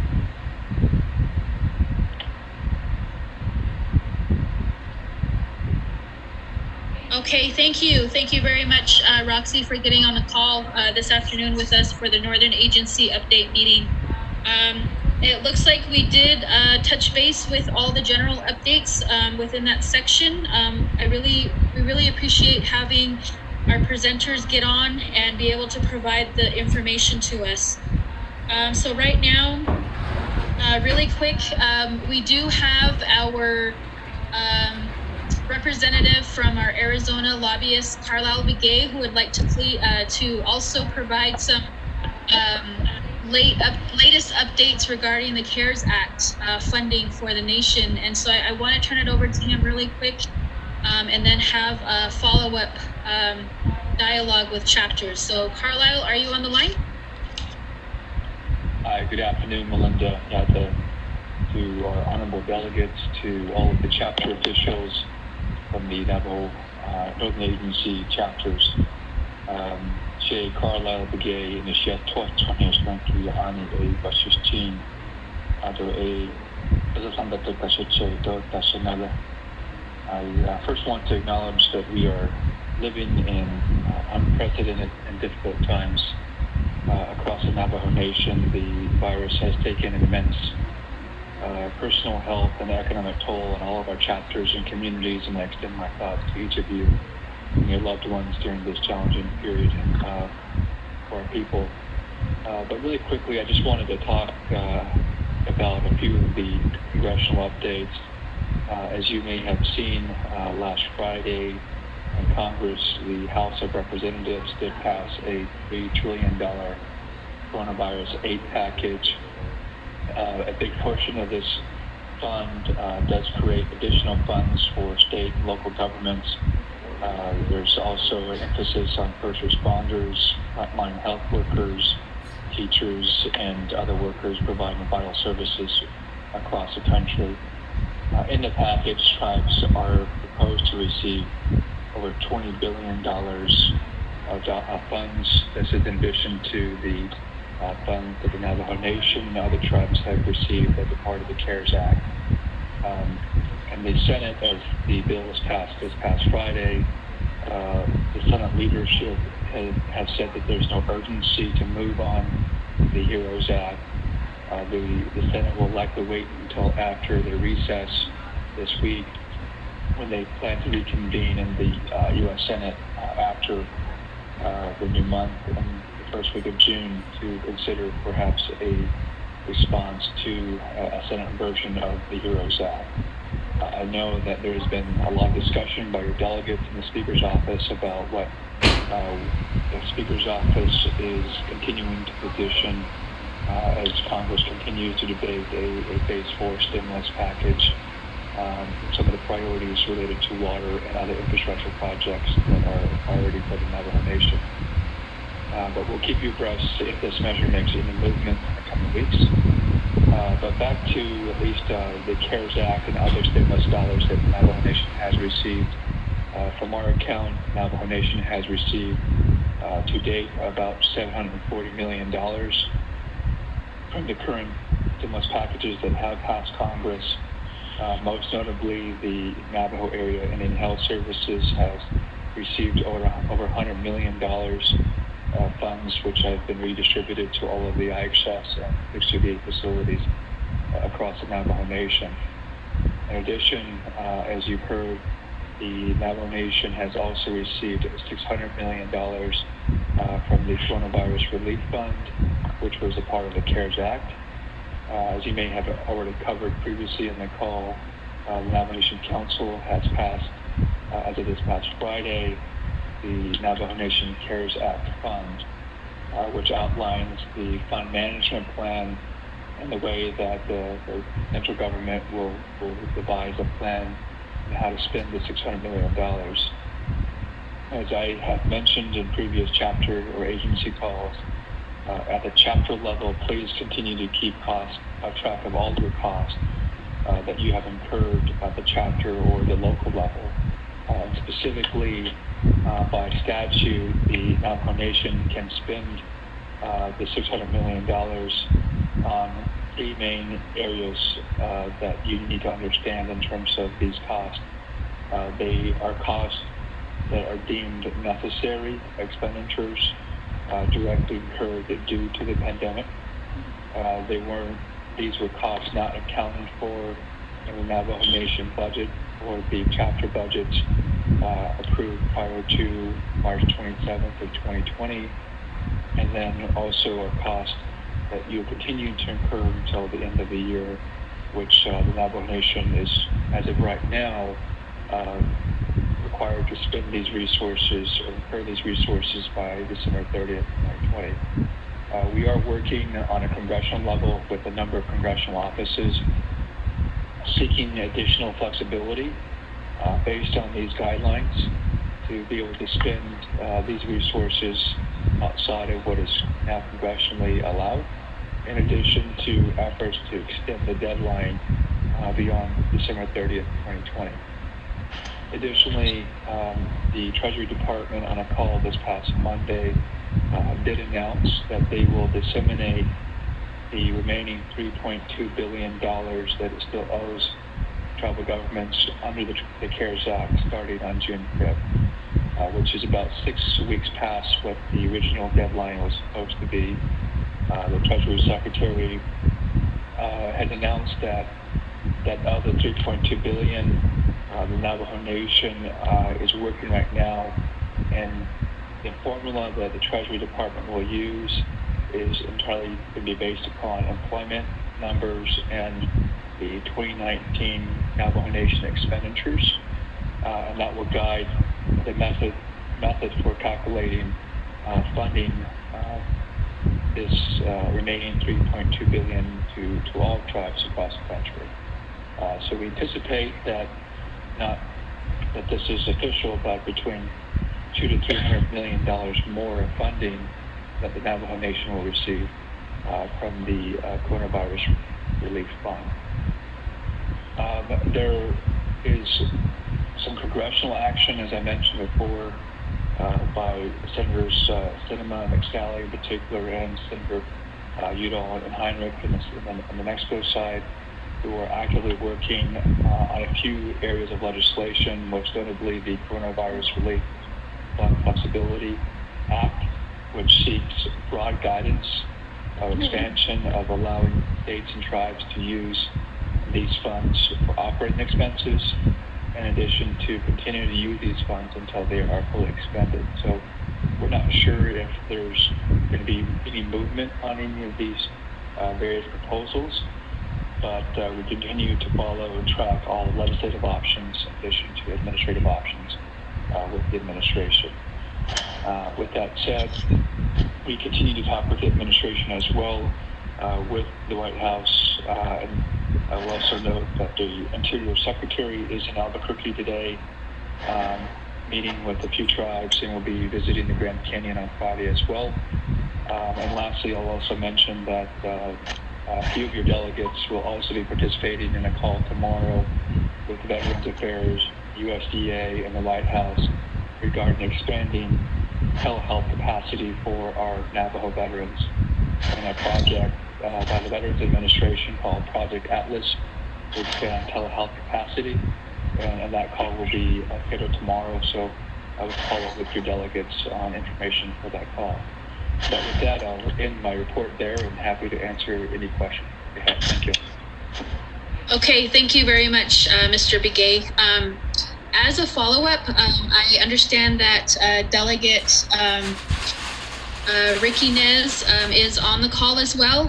Mr. Nez, can you please provide some comments regarding this presentation, if you will, sir?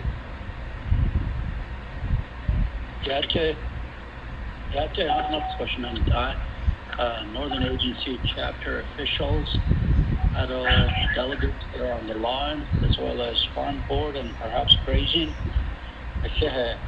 Senator Gay, most certainly appreciate the work that you do for the Navajo Nation. I know you're very committed and you're doing a lot to go between the nation's government and the White House over there. So really appreciate your assistance in helping us all.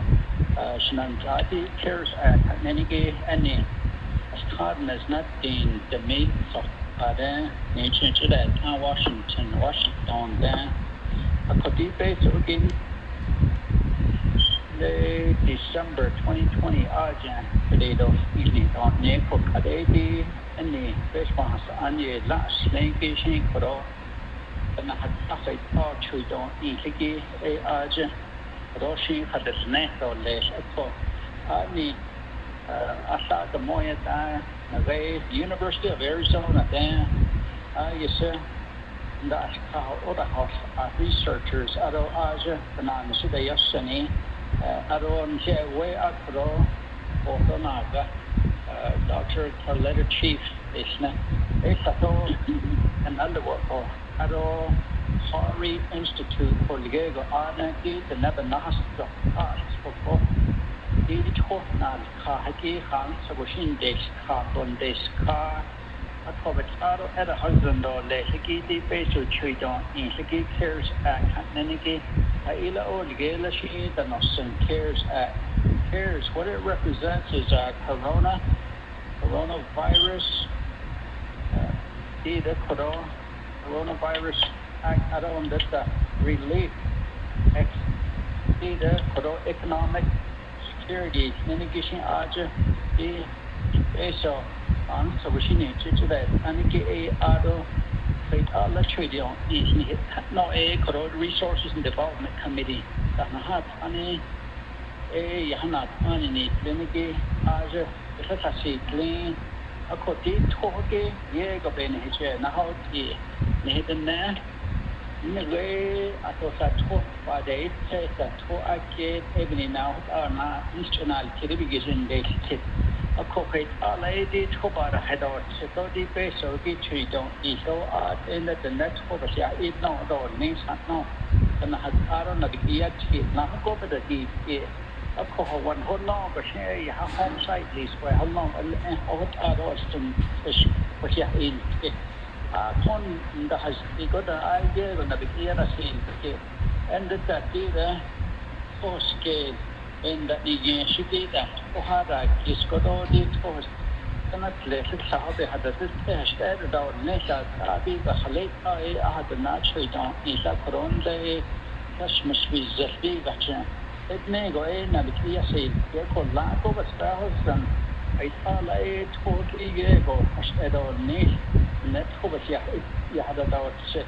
And the potable water, healthy water, tweet, laniki, it all laid and asked for the whole lot or let you give and get into the other second phase, nature, Nana, Dr. Leslie, National, then again, so then they'll arrow given in Ada, and yes, they don't matter. But now, I be there, Dr. Edija, it may go so we the next baby that initiative water resources has added BIA land department that the right away go and has only hate land that as it of that Sahodo needs to that that needs to Nantago needs to give and get a tag is a quite base or teeth of so you don't eat a the extension of the Geheke, and Nasan Havana, Leopardon, Niki Washington, Asian Hot Arnold Hospital, Liado, with Arsian to that sister at Dejo or Yejo, one has Arjanat, Annie Kindanal together. Once the baby has still a lesson, and I don't care. It's not Taki, Thank you. Okay, thank you very much, Chairman Nez, for the comment. And just to follow up on that, Tatnas Nildanosnegi comments. If you have suggestions and input regarding the presentation for the CARES Act fund itself, I will send out a document to the contacts for Northern Agency, and you can go ahead and email your comments to the Legislative Services Office, which is comments@navajo-nsn.gov. And if you're wanting to do regular mail, the Executive Director for Office of Legislative Services, P.O. Box 3390, Window Rock, Arizona 86515. And so in the document, we'll outline what kind of information that needs to be included, which would be in the form of perhaps a chapter resolution, but it doesn't have to be. They could be letters, position papers, written statements within even the email that you want to send. But please include your name, your mailing address, as well as a valid email address for your comments. So I just wanted to mention that really quick after Mr. Begay and Chairman Nez's comments on the CARES Act funding. I just wanted to share that information with everyone. And so with that, does anyone have any questions?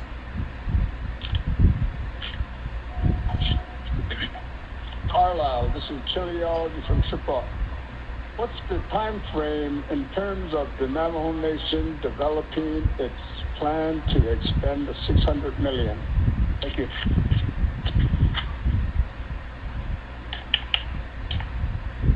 Thank you for that question. I'll probably defer that question first to the delegates that may be on the line, and I can also help answer that if needed. Delegates?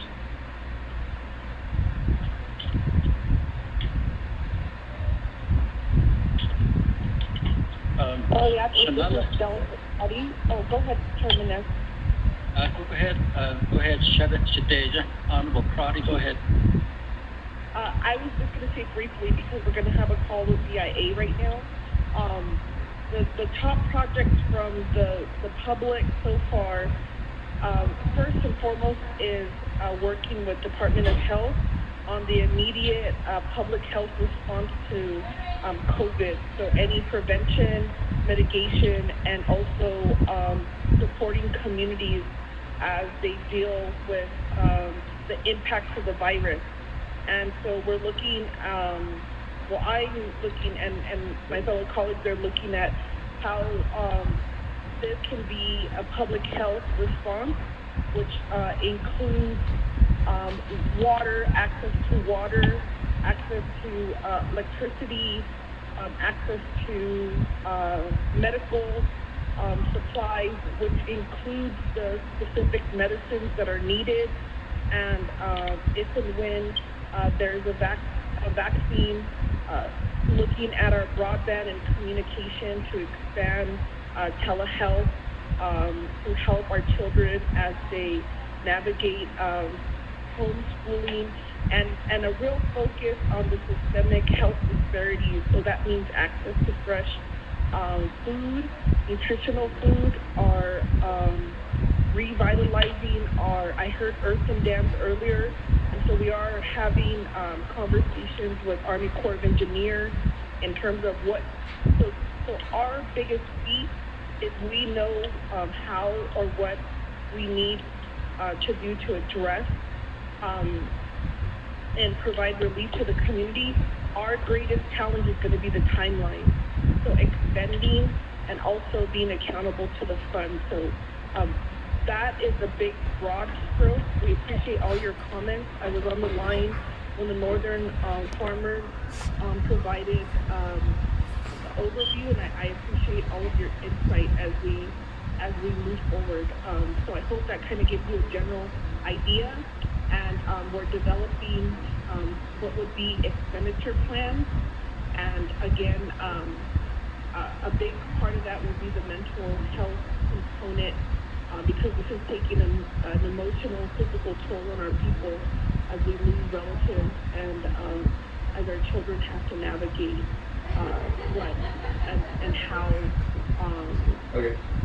we will come back together and recover from the impact in our community. Thank you for that time. Thank you for that explanation, Delegate Crotty. The only thing I would add is that the speaker has organized NABI work sessions starting, I'm not sure, Melinda, if this has been covered already, but there will be NABI work sessions starting tomorrow through next week, covering different topics of focus. An example would be Friday, there'll be a focus on water infrastructure. Next Tuesday, economic development, small business. Next Wednesday, social services and healthcare. Next Thursday, first responders and broadband. So these are some of the core areas that the NABI committee of the whole will be focusing on some certain core areas that I'm sure through you delegates and through NABI, some of your input would be very much welcome. But back to the point in terms of timeline, as Delegate Crotty had mentioned, as already stated, that we have to be cognizant that there's no guarantee there will be an extension to the existing deadline of December 30th, and specifically that the Treasury Department at this point has equated incurred with expended, meaning that the Navajo Nation will have to expend these resources prior to that deadline. And so we're going to work ahead to extend that deadline, but again, there's no guarantee that that will be achieved in the coming months unless Congress does act.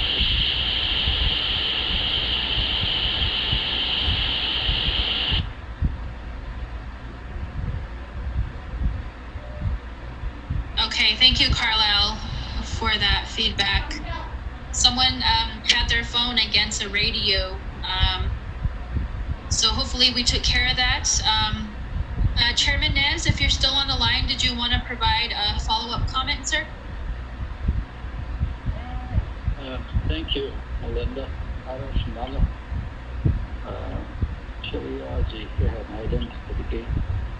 We believe that after we really develop an expenditure plan, based on Tridon, integrate that house and dog Kedashi. Or Miski, based on Tridon, integrate. The Kehopadon, Naked, Anzan, but on Jiski, or you know, that house and the very December, had that, and again, had that, and the very Washington. On it and then again, another Netherlands, all that's in the Gadata. So don't extend on nature, they can't have that. That's unhitted. Even in that, we're going to do our very best to spend most of this money that was given to the Navajo Nation. Yeah, thank you. Okay, yeah, Chairman Nez, thank you very much, and Carlisle for your presentation, and Shada, Delegate Amber Crotty, for the comments. And again, I'll go ahead and send out the document for how to submit comments that you can still provide regarding the CARES Fund expenditure planned. So with that, we'll go ahead and move on with this call. Right now, I'd like to call IHS Rosalind So. Are you on the line?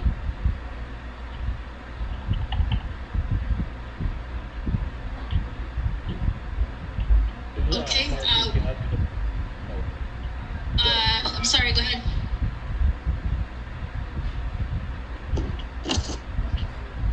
Okay. Actually got caught up with another call. So any type of questions, you could just forward them to me, Marquis Yazzie, MARQUIS, Yazzie at IHS.gov, and I'd be more than willing to respond back accordingly. Okay, sounds good. Thank you, Marquise, for being on the call and letting us know that information. The next item or place on the agenda that we had was Desert View Funeral Home. Unfortunately, they did reach out and said that they couldn't join us today, but they did provide a written report, which I'll also go ahead and send out after this call to everyone. But pretty much they mentioned that the process for arrangements on the COVID-19 burials that they're dealing with right now, social services has made the process efficient for them, and it consists of very minimal documentation to assist the families that have been affected by COVID-19 fatalities. That they are documenting, and that may be sent via cell phone or to their email to eliminate family members entering the affected home to obtain documents, or if they are in quarantine. So this is specific to families and community members who have been affected, and we can also share that contact information as well. And so with that, they also mentioned that a few of the issues that they're continuing to face are families that are not obeying the mass gathering restrictions put in place by the Navajo Nation and the state of New Mexico. And they continue to hope that this pandemic ends very soon, and their prayers have been for healing out of our Navajo people that have been affected. And so that's the summary of the report that they had sent over to us. Again, they're not able to join us as they had to attend matters for burials today from what they had let me know of. So if anyone has any questions regarding that report or the update, please feel free to reach out again to communications@navajo-nsn.gov. So we'll go ahead and move on to the Division of Social Services. Deanna Neswick-Gishi, is your office on the line?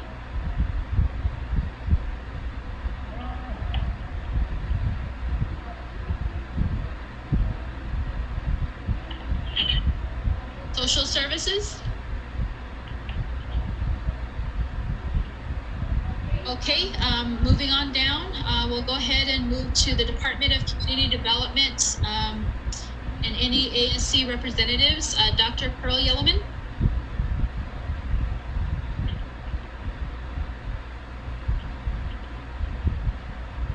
Okay, we'll go back to those two individuals here in a little bit. And so moving on down, do we have the Judicial Branch Chief Justice?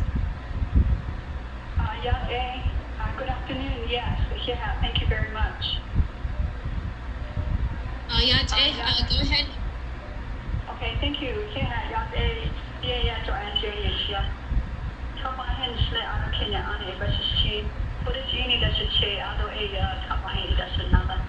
Good afternoon. Thank you very much, everyone. I'd like to address all of our leaders out there, all of the council delegates, and also all of the leaders, all of the chapter individuals, all our volunteers, all our staff, and individuals that work with different agencies and our partners with the state and the federal government, or with other individuals that are online. Yeah, very much. What I wanted to bring up today is that a couple of announcements. One is that I reported previously that the Judicial Branch had been on what's called a telecommuting status for their employees. And so that would end next week on the 29th, on May 29th. Yesterday, I signed an administrative order extending that to July 31st. Now, the reason for that is very well thought out by our employees. And so we all know that we don't know how long this virus will continue to be here. But then at the same time, at least in our branch, we're looking at, what's called reconstitution. That means, when and how do we start moving back in, and when do we start having those services, the full services. And I just want to tell you really briefly that we have plans for these next 2 months. And so the first deadline that we have is that we're going to make an assessment of our buildings and our facilities for any physical changes that we might have to do. For for example, we envision that we will start having our employees come back in increments, meaning just a few at a time, or essential services, looking at the cases and so forth. So this is a type of detailed plan that really sounds great on paper, yeah. But when you actually start to actually do that movement, we're going to always find, like any organization or a different, agency, that it's going to take some, some areas might not work and so forth. So we believe that this time that we have for telecommuting, to July 31st, is going to give us that time to look at the physical changes that we might have to make. For example, making sure that maybe we might put plexiglass where now it used to be individual,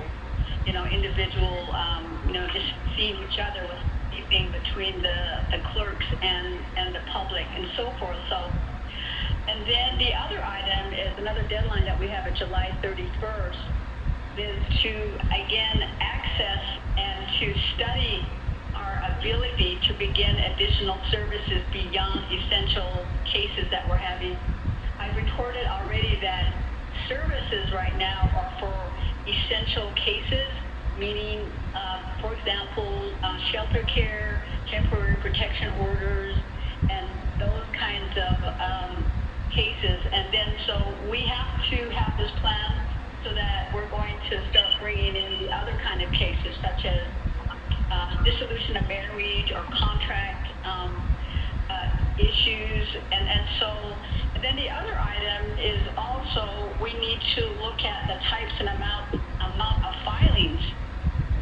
For example, as tickets, Chief Francisco reported earlier in the week that there are, I think, up to and maybe over right now of tickets that have been issued by law enforcement, and so certainly those will, and those and other types of filings will start coming into the court system, and so we have to be prepared for that.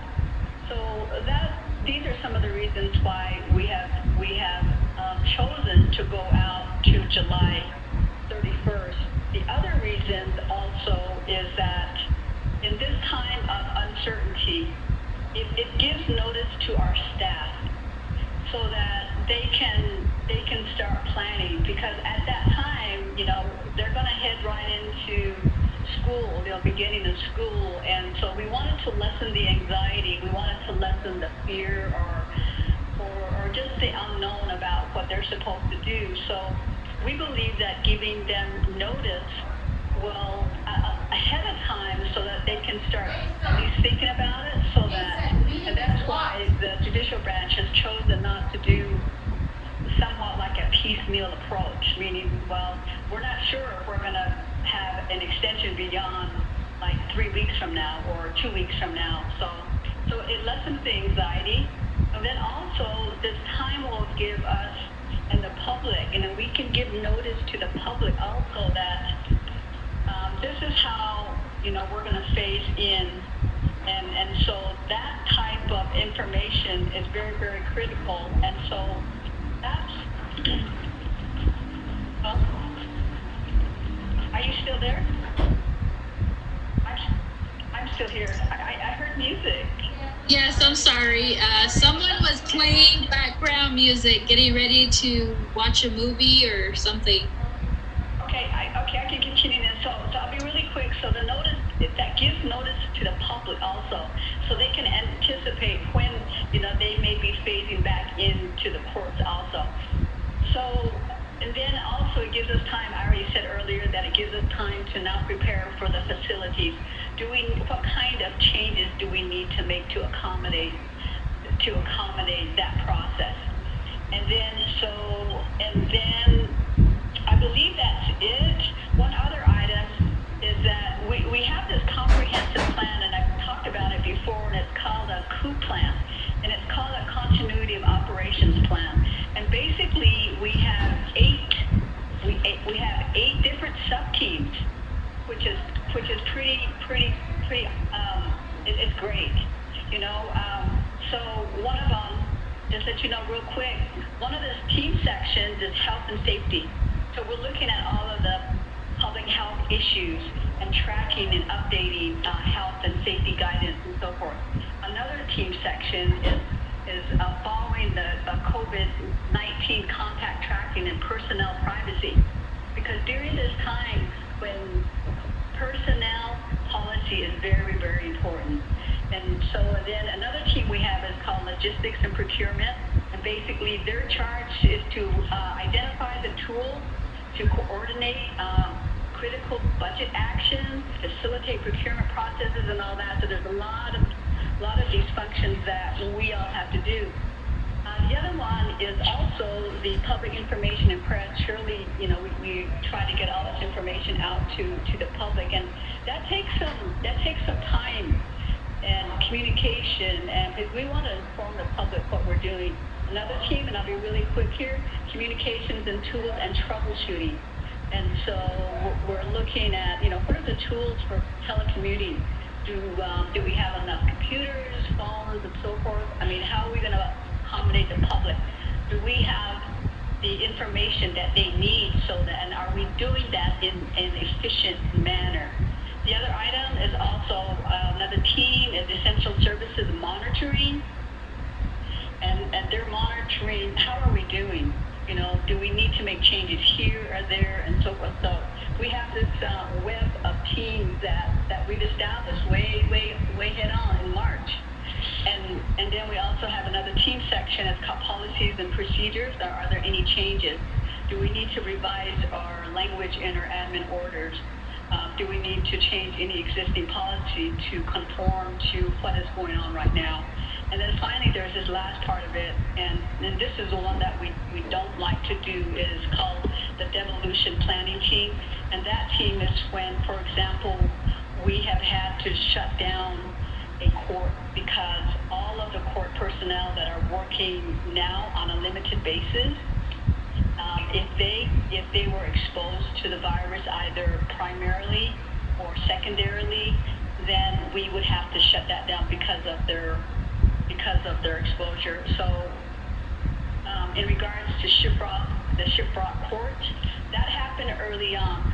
There was possible exposure early on, and so that was our first experience for Shiprock. And so Shiprock and needs what they call a deep cleaning, and so we would not allow employees to go back in until we did that. And we found that when we first started to look for deep cleaning and we try to procure the businesses for that, it was very, very slow. And so I think that we as the branch, and I think that we as other agencies have, are getting those services quicker now. So anyway, for Shiprock, the cleaning should occur by the end of this month, as early as next week. And then after that, the limited amount of staff will start coming back into the building and offering essential services. Right now, the probation office has allowed us to utilize their building, their office for a short period of time. And then also the Anna District Court is the sister court that has been helping out. So thank you very much. I'm on the line if you have questions. Okay, thank you very much, Chief Justice Jane. Does anyone have any questions? Teleconference chapter. Go ahead, Teleconference chapter. I don't know if you know the other side. You did come not pick up the matter. Wait, put a little yagging on the liquor. It I don't know, me, the never chit, and now that the one that it I see, they know when it's I see the Chinese shop. I am on such case, I don't understand. They are shopping. Upon Nanda, cut off you planning that cut a door, you see,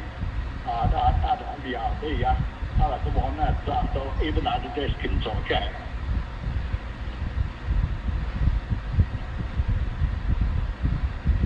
Yes, thank you very much for those two questions. What I need to do, and I don't mean to just brush this answer away. However, this is, and I believe that Melinda will be able to assist so that you can get the answer that you need, and that we can have you talk with someone, or someone can get in touch with you about these two questions. Now, these questions in regard to liquor sales and also DA Young Lay shopping centers, that some of our brothers and sisters are there, and so those questions in the judicial branch, we don't take care of that specific. A lot of times I believe that there was a question that was given to us earlier, and one of the state representatives was able to answer that question. It's a process that is longer than, and basically it takes a matter of different individuals, such as the state and in the local government and so forth. And so there's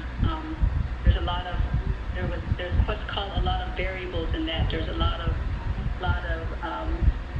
work that has to be done, a lot of discussion that has to be done. So Melinda, I believe that there may be someone on the line right now to assist this our brother here, and then also if we can get him some information as soon as we can. I don't know who's on behalf of the nation who is taking care of that section for those types of inquiries. Okay, hi. Thank you for your question and your response, Chief Justice. Naidin Kidigi Benachet A. Further discussions don't Daidil Kidi A Chich Ehodilni. My contact information is 928-530-8531. Ako A Benachet A Yad Achait Alda, that's it. Nakaadon with I think we can have further discussions on that question in specific. Right now, I don't believe we have someone on the call that can assist.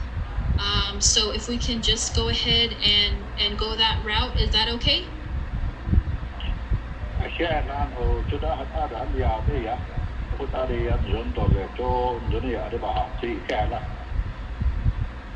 Okay, Hakoshi, feel free to give me a call, let me know, and we can go ahead and keep talking about it and make sure that we can get those questions addressed. So does anyone have any other questions for Chief Justice?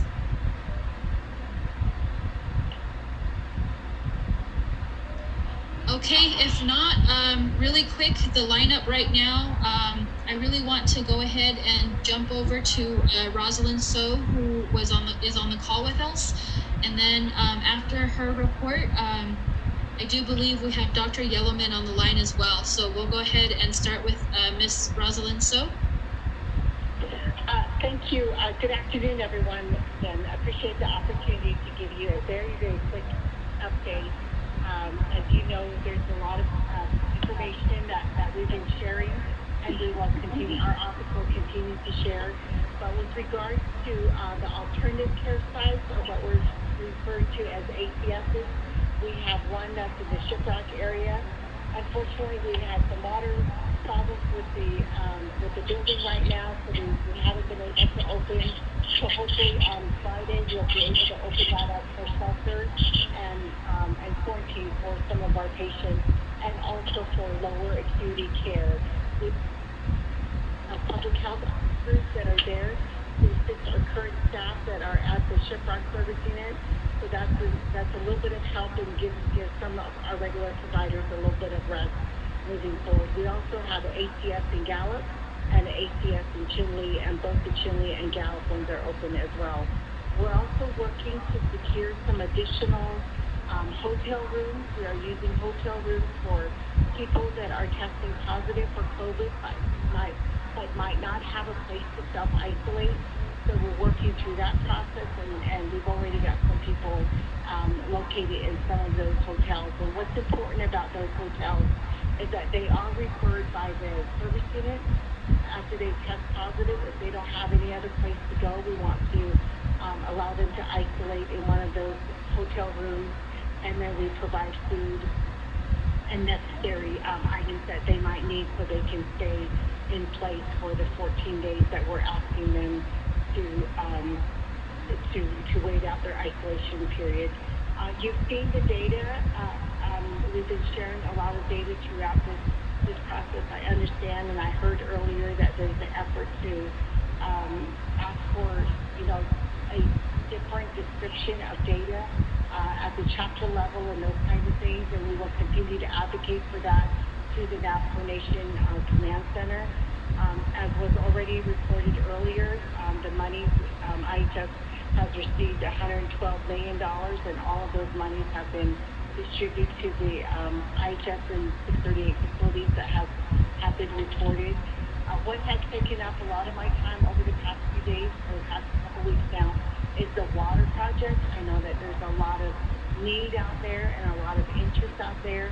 I was able to see a presentation earlier today that really moved along this as a priority for Navajo area IHS, and we're hoping to get some more information out to you as soon as possible. The other things that I'm carefully monitoring as well are the construction projects that have been approved for the Navajo area. Of course, we're still in the early stages of Gallup Indian Medical Center, but we're working through that process as well. Cabo Picado, I signed off on the final POR, which is a program of requirements document that just identifies all of the final space, the final staffing package that will come with that for operation and so forth, so that we're waiting for both of those to be acted on in the President's office, as well as Bodaway Gap and the Cuba City Page area. And then, of course, we're monitoring the Delcon project as well. But I will continue to keep you updated on all of our efforts.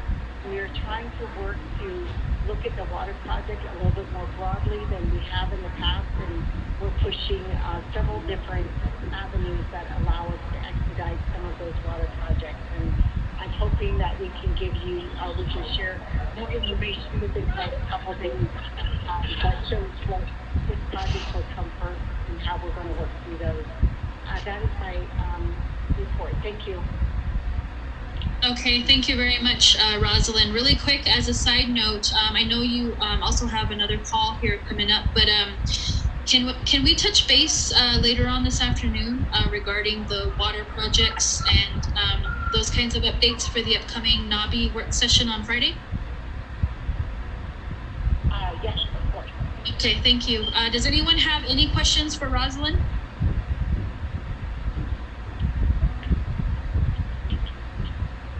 Okay, if not, then thank you very much, Ms. So, for your presentation. And I neglected to also mention to Chief Justice earlier, thanking her for her report as well. We really appreciate everyone getting on the call to help us facilitate and provide information to our communities and our chapters. So at this time, I'd like to go ahead and go back up on the agenda to Ms. Dr. Pearl Yellowman from DCD. Are you on the line? Oh, good afternoon. Thank you. I'm here. Hi, good afternoon, Dr. Yellowman. Just a quick summary. There was a request for an update regarding just the assistance to families and community members at this time from the DCD office in collaboration with the command center, but also in specific the donations that are going to chapters. If there's any kind of information that you can share with us on that level, just to keep those two in mind in regards to your update today. Thank you. Sure, thank you.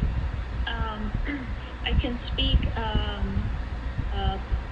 lightly on it as I referred to the new the new person in lead of the humanitarian section. So under the ICS, the incident command structure, it may have been shared that there's a new uniform command structure now, where we have partners such as FEMA and CDC and IHS and all various forms of partners now part of this uniform command structure. What is new is a new section recently established called the humanitarian effort, or the humanitarian section. And the humanitarian section works closely with the donations branch. The donations branch is led by Madam Doreen McCall, AG Attorney General, and her staff. And they work closely also with the Controller's Office, recording and documenting all forms of donations coming into Navajo Nation, where they then have a process being put in place now for inventorying and then distributing. What was once created as the chapter branch has now evolved or progressed into what is now called pods, and that's points of distribution. Mr. Harlan Cleveland will be or is the contact person. He has been making this transition now over a little over a week, and he maybe he's on the call. He's the point of contact for the humanitarian effort, and working closely with the donation branch, and then the pod, the point of distribution. Originally, the chapter branch was established, if you recall, a few weeks back with Miss Pine, Burnett Pine, and Miss Jim Martin. They were working diligently and what felt like around the clock, trying to distribute and process the 213s. But now, hopefully, with this new streamlined process, the community needs as far as resources, food, water, etc., can be identified sooner, streamlined, or communicated with the donations branch, and then executed back out to the pods. And just to keep things helpful, there's, as you probably all know, at the chapter level, various forms of donations come in, where you have maybe bulk items, like you have flour or you have water, bulk items, and then families that are maybe self-monitoring or self-quarantining, they need daily items. They need daily items to, which might be like the coffee, the eggs, the potatoes. So we're having to process multiple forms of donations and then meet the needs of people, families that are self-quarantining or self-monitoring.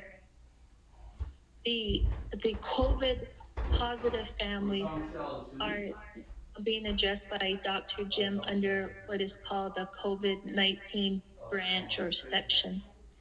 I know it gets confusing, but you know, with the assistance and the presence of FEMA and CDC, and we have medical presence here, things are constantly evolving and progressing.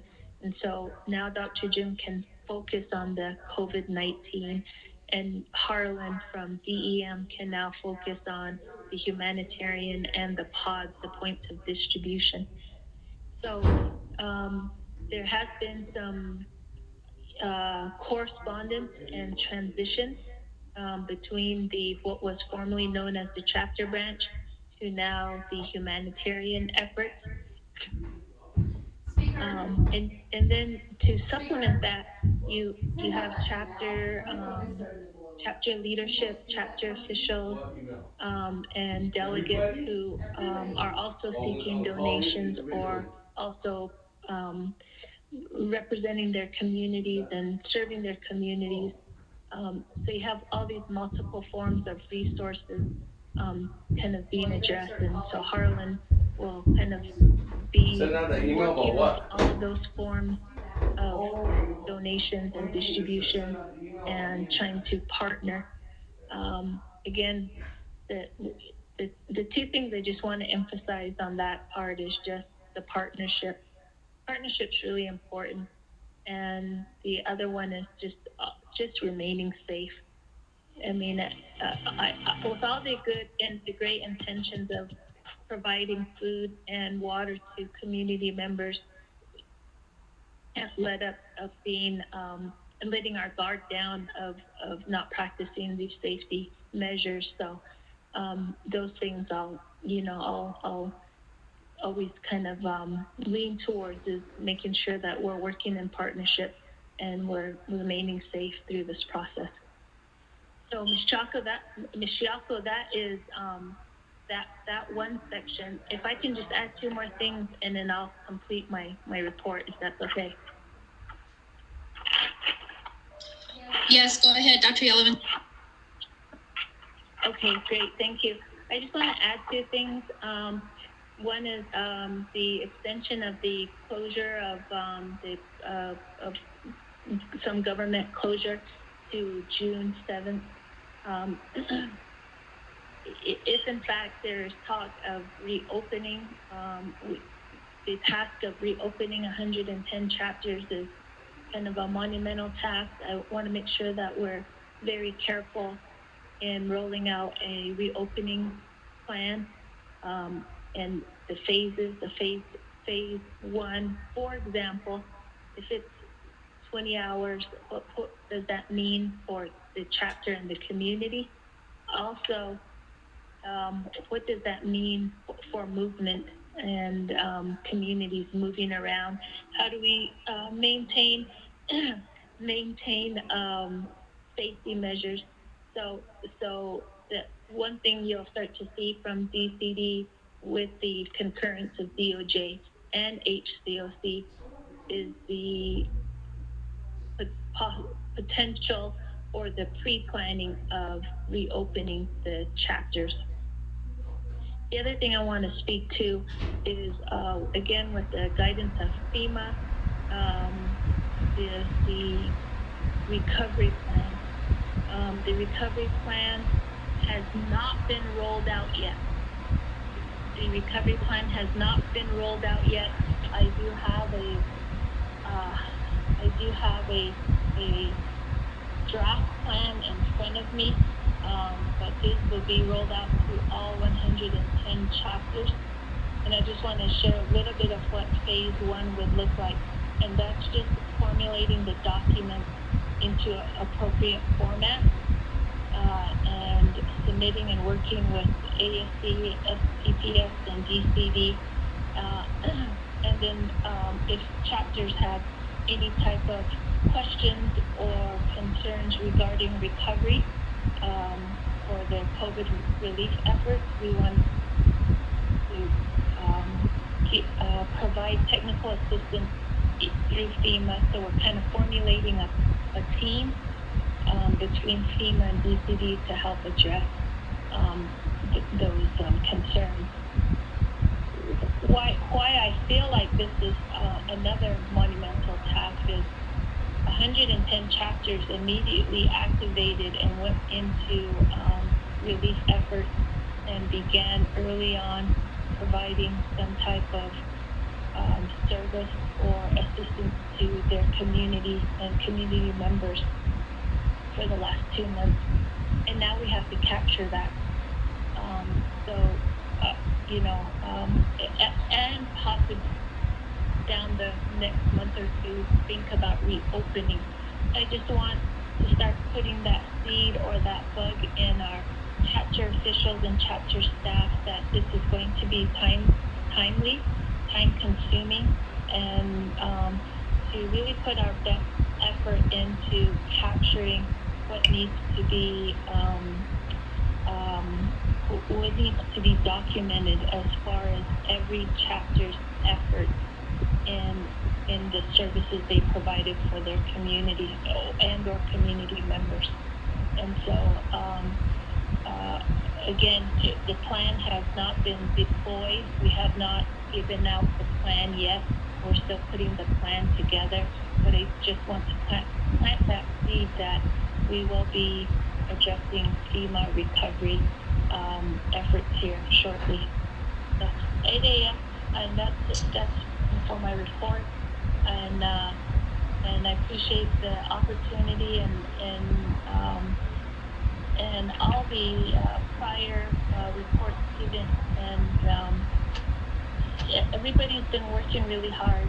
I was on one of my very first calls this morning was with Madam Chief Justice, and we had a call first thing this morning, and the SO has been diligent in working with IHS, and was on RDC earlier, and I just, everyone's been really working hard, and we all want the same thing.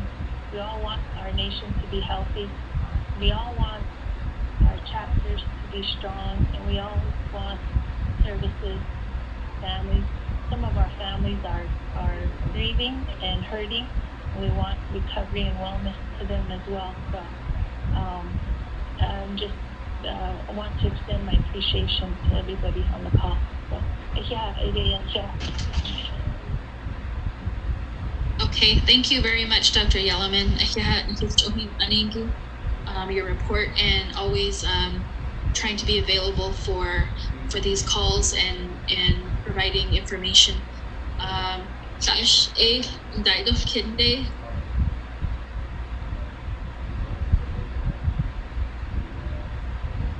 Do we have any questions for Dr. Yellowman?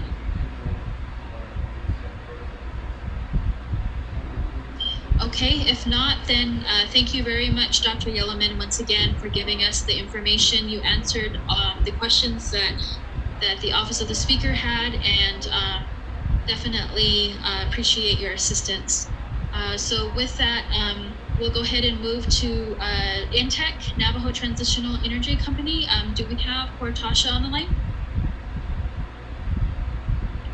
Hi, Melinda. Yes, this is Cortasha. Hi, go ahead, Cortasha. Good afternoon, everyone. Cortasha Upside, yes.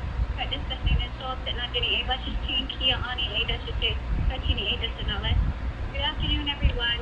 I'm Cortasha Upshaw. I work with Navajo Transitional Energy Company. I am the Community Affairs Coordinator. Currently, I don't have too much updates to provide, just that our Farmington office and Navajo Mine continue to comply with President Snell's the public health order for extending the stay-at-home. And we also provided 18 tons of coal to Inasa chapter last week. And if there are any more need for the communities to heat their homes, we're able to provide coal to any of those other chapters that are in need of coal. So I don't have anything else. Thank you, Melinda. Thank you. Thank you very much, Cortasha. Does anyone have any questions for Ms. Upshaw? Okay, if no one has any questions, we'll go ahead and start wrapping up this call.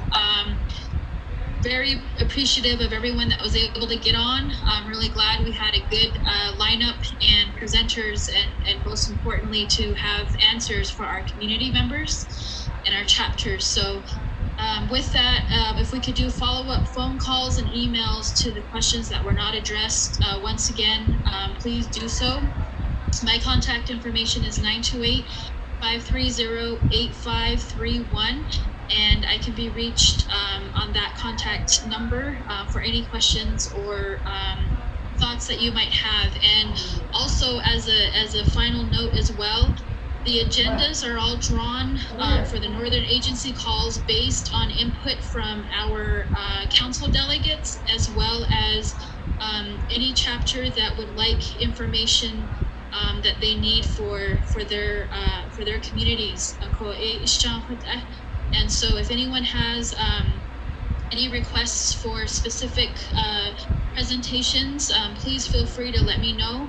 at our email address, communications@navajo-nsn.gov, as well as Melinda Siako at Navajo-nsn.gov. So thank you very much once again.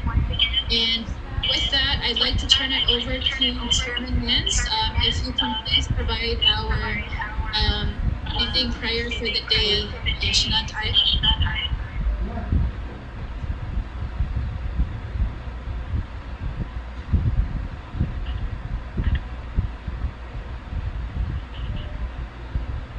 Chairman Nez, are you on the line? Yes, I am. Thank you. I'm sorry. There was too much echo.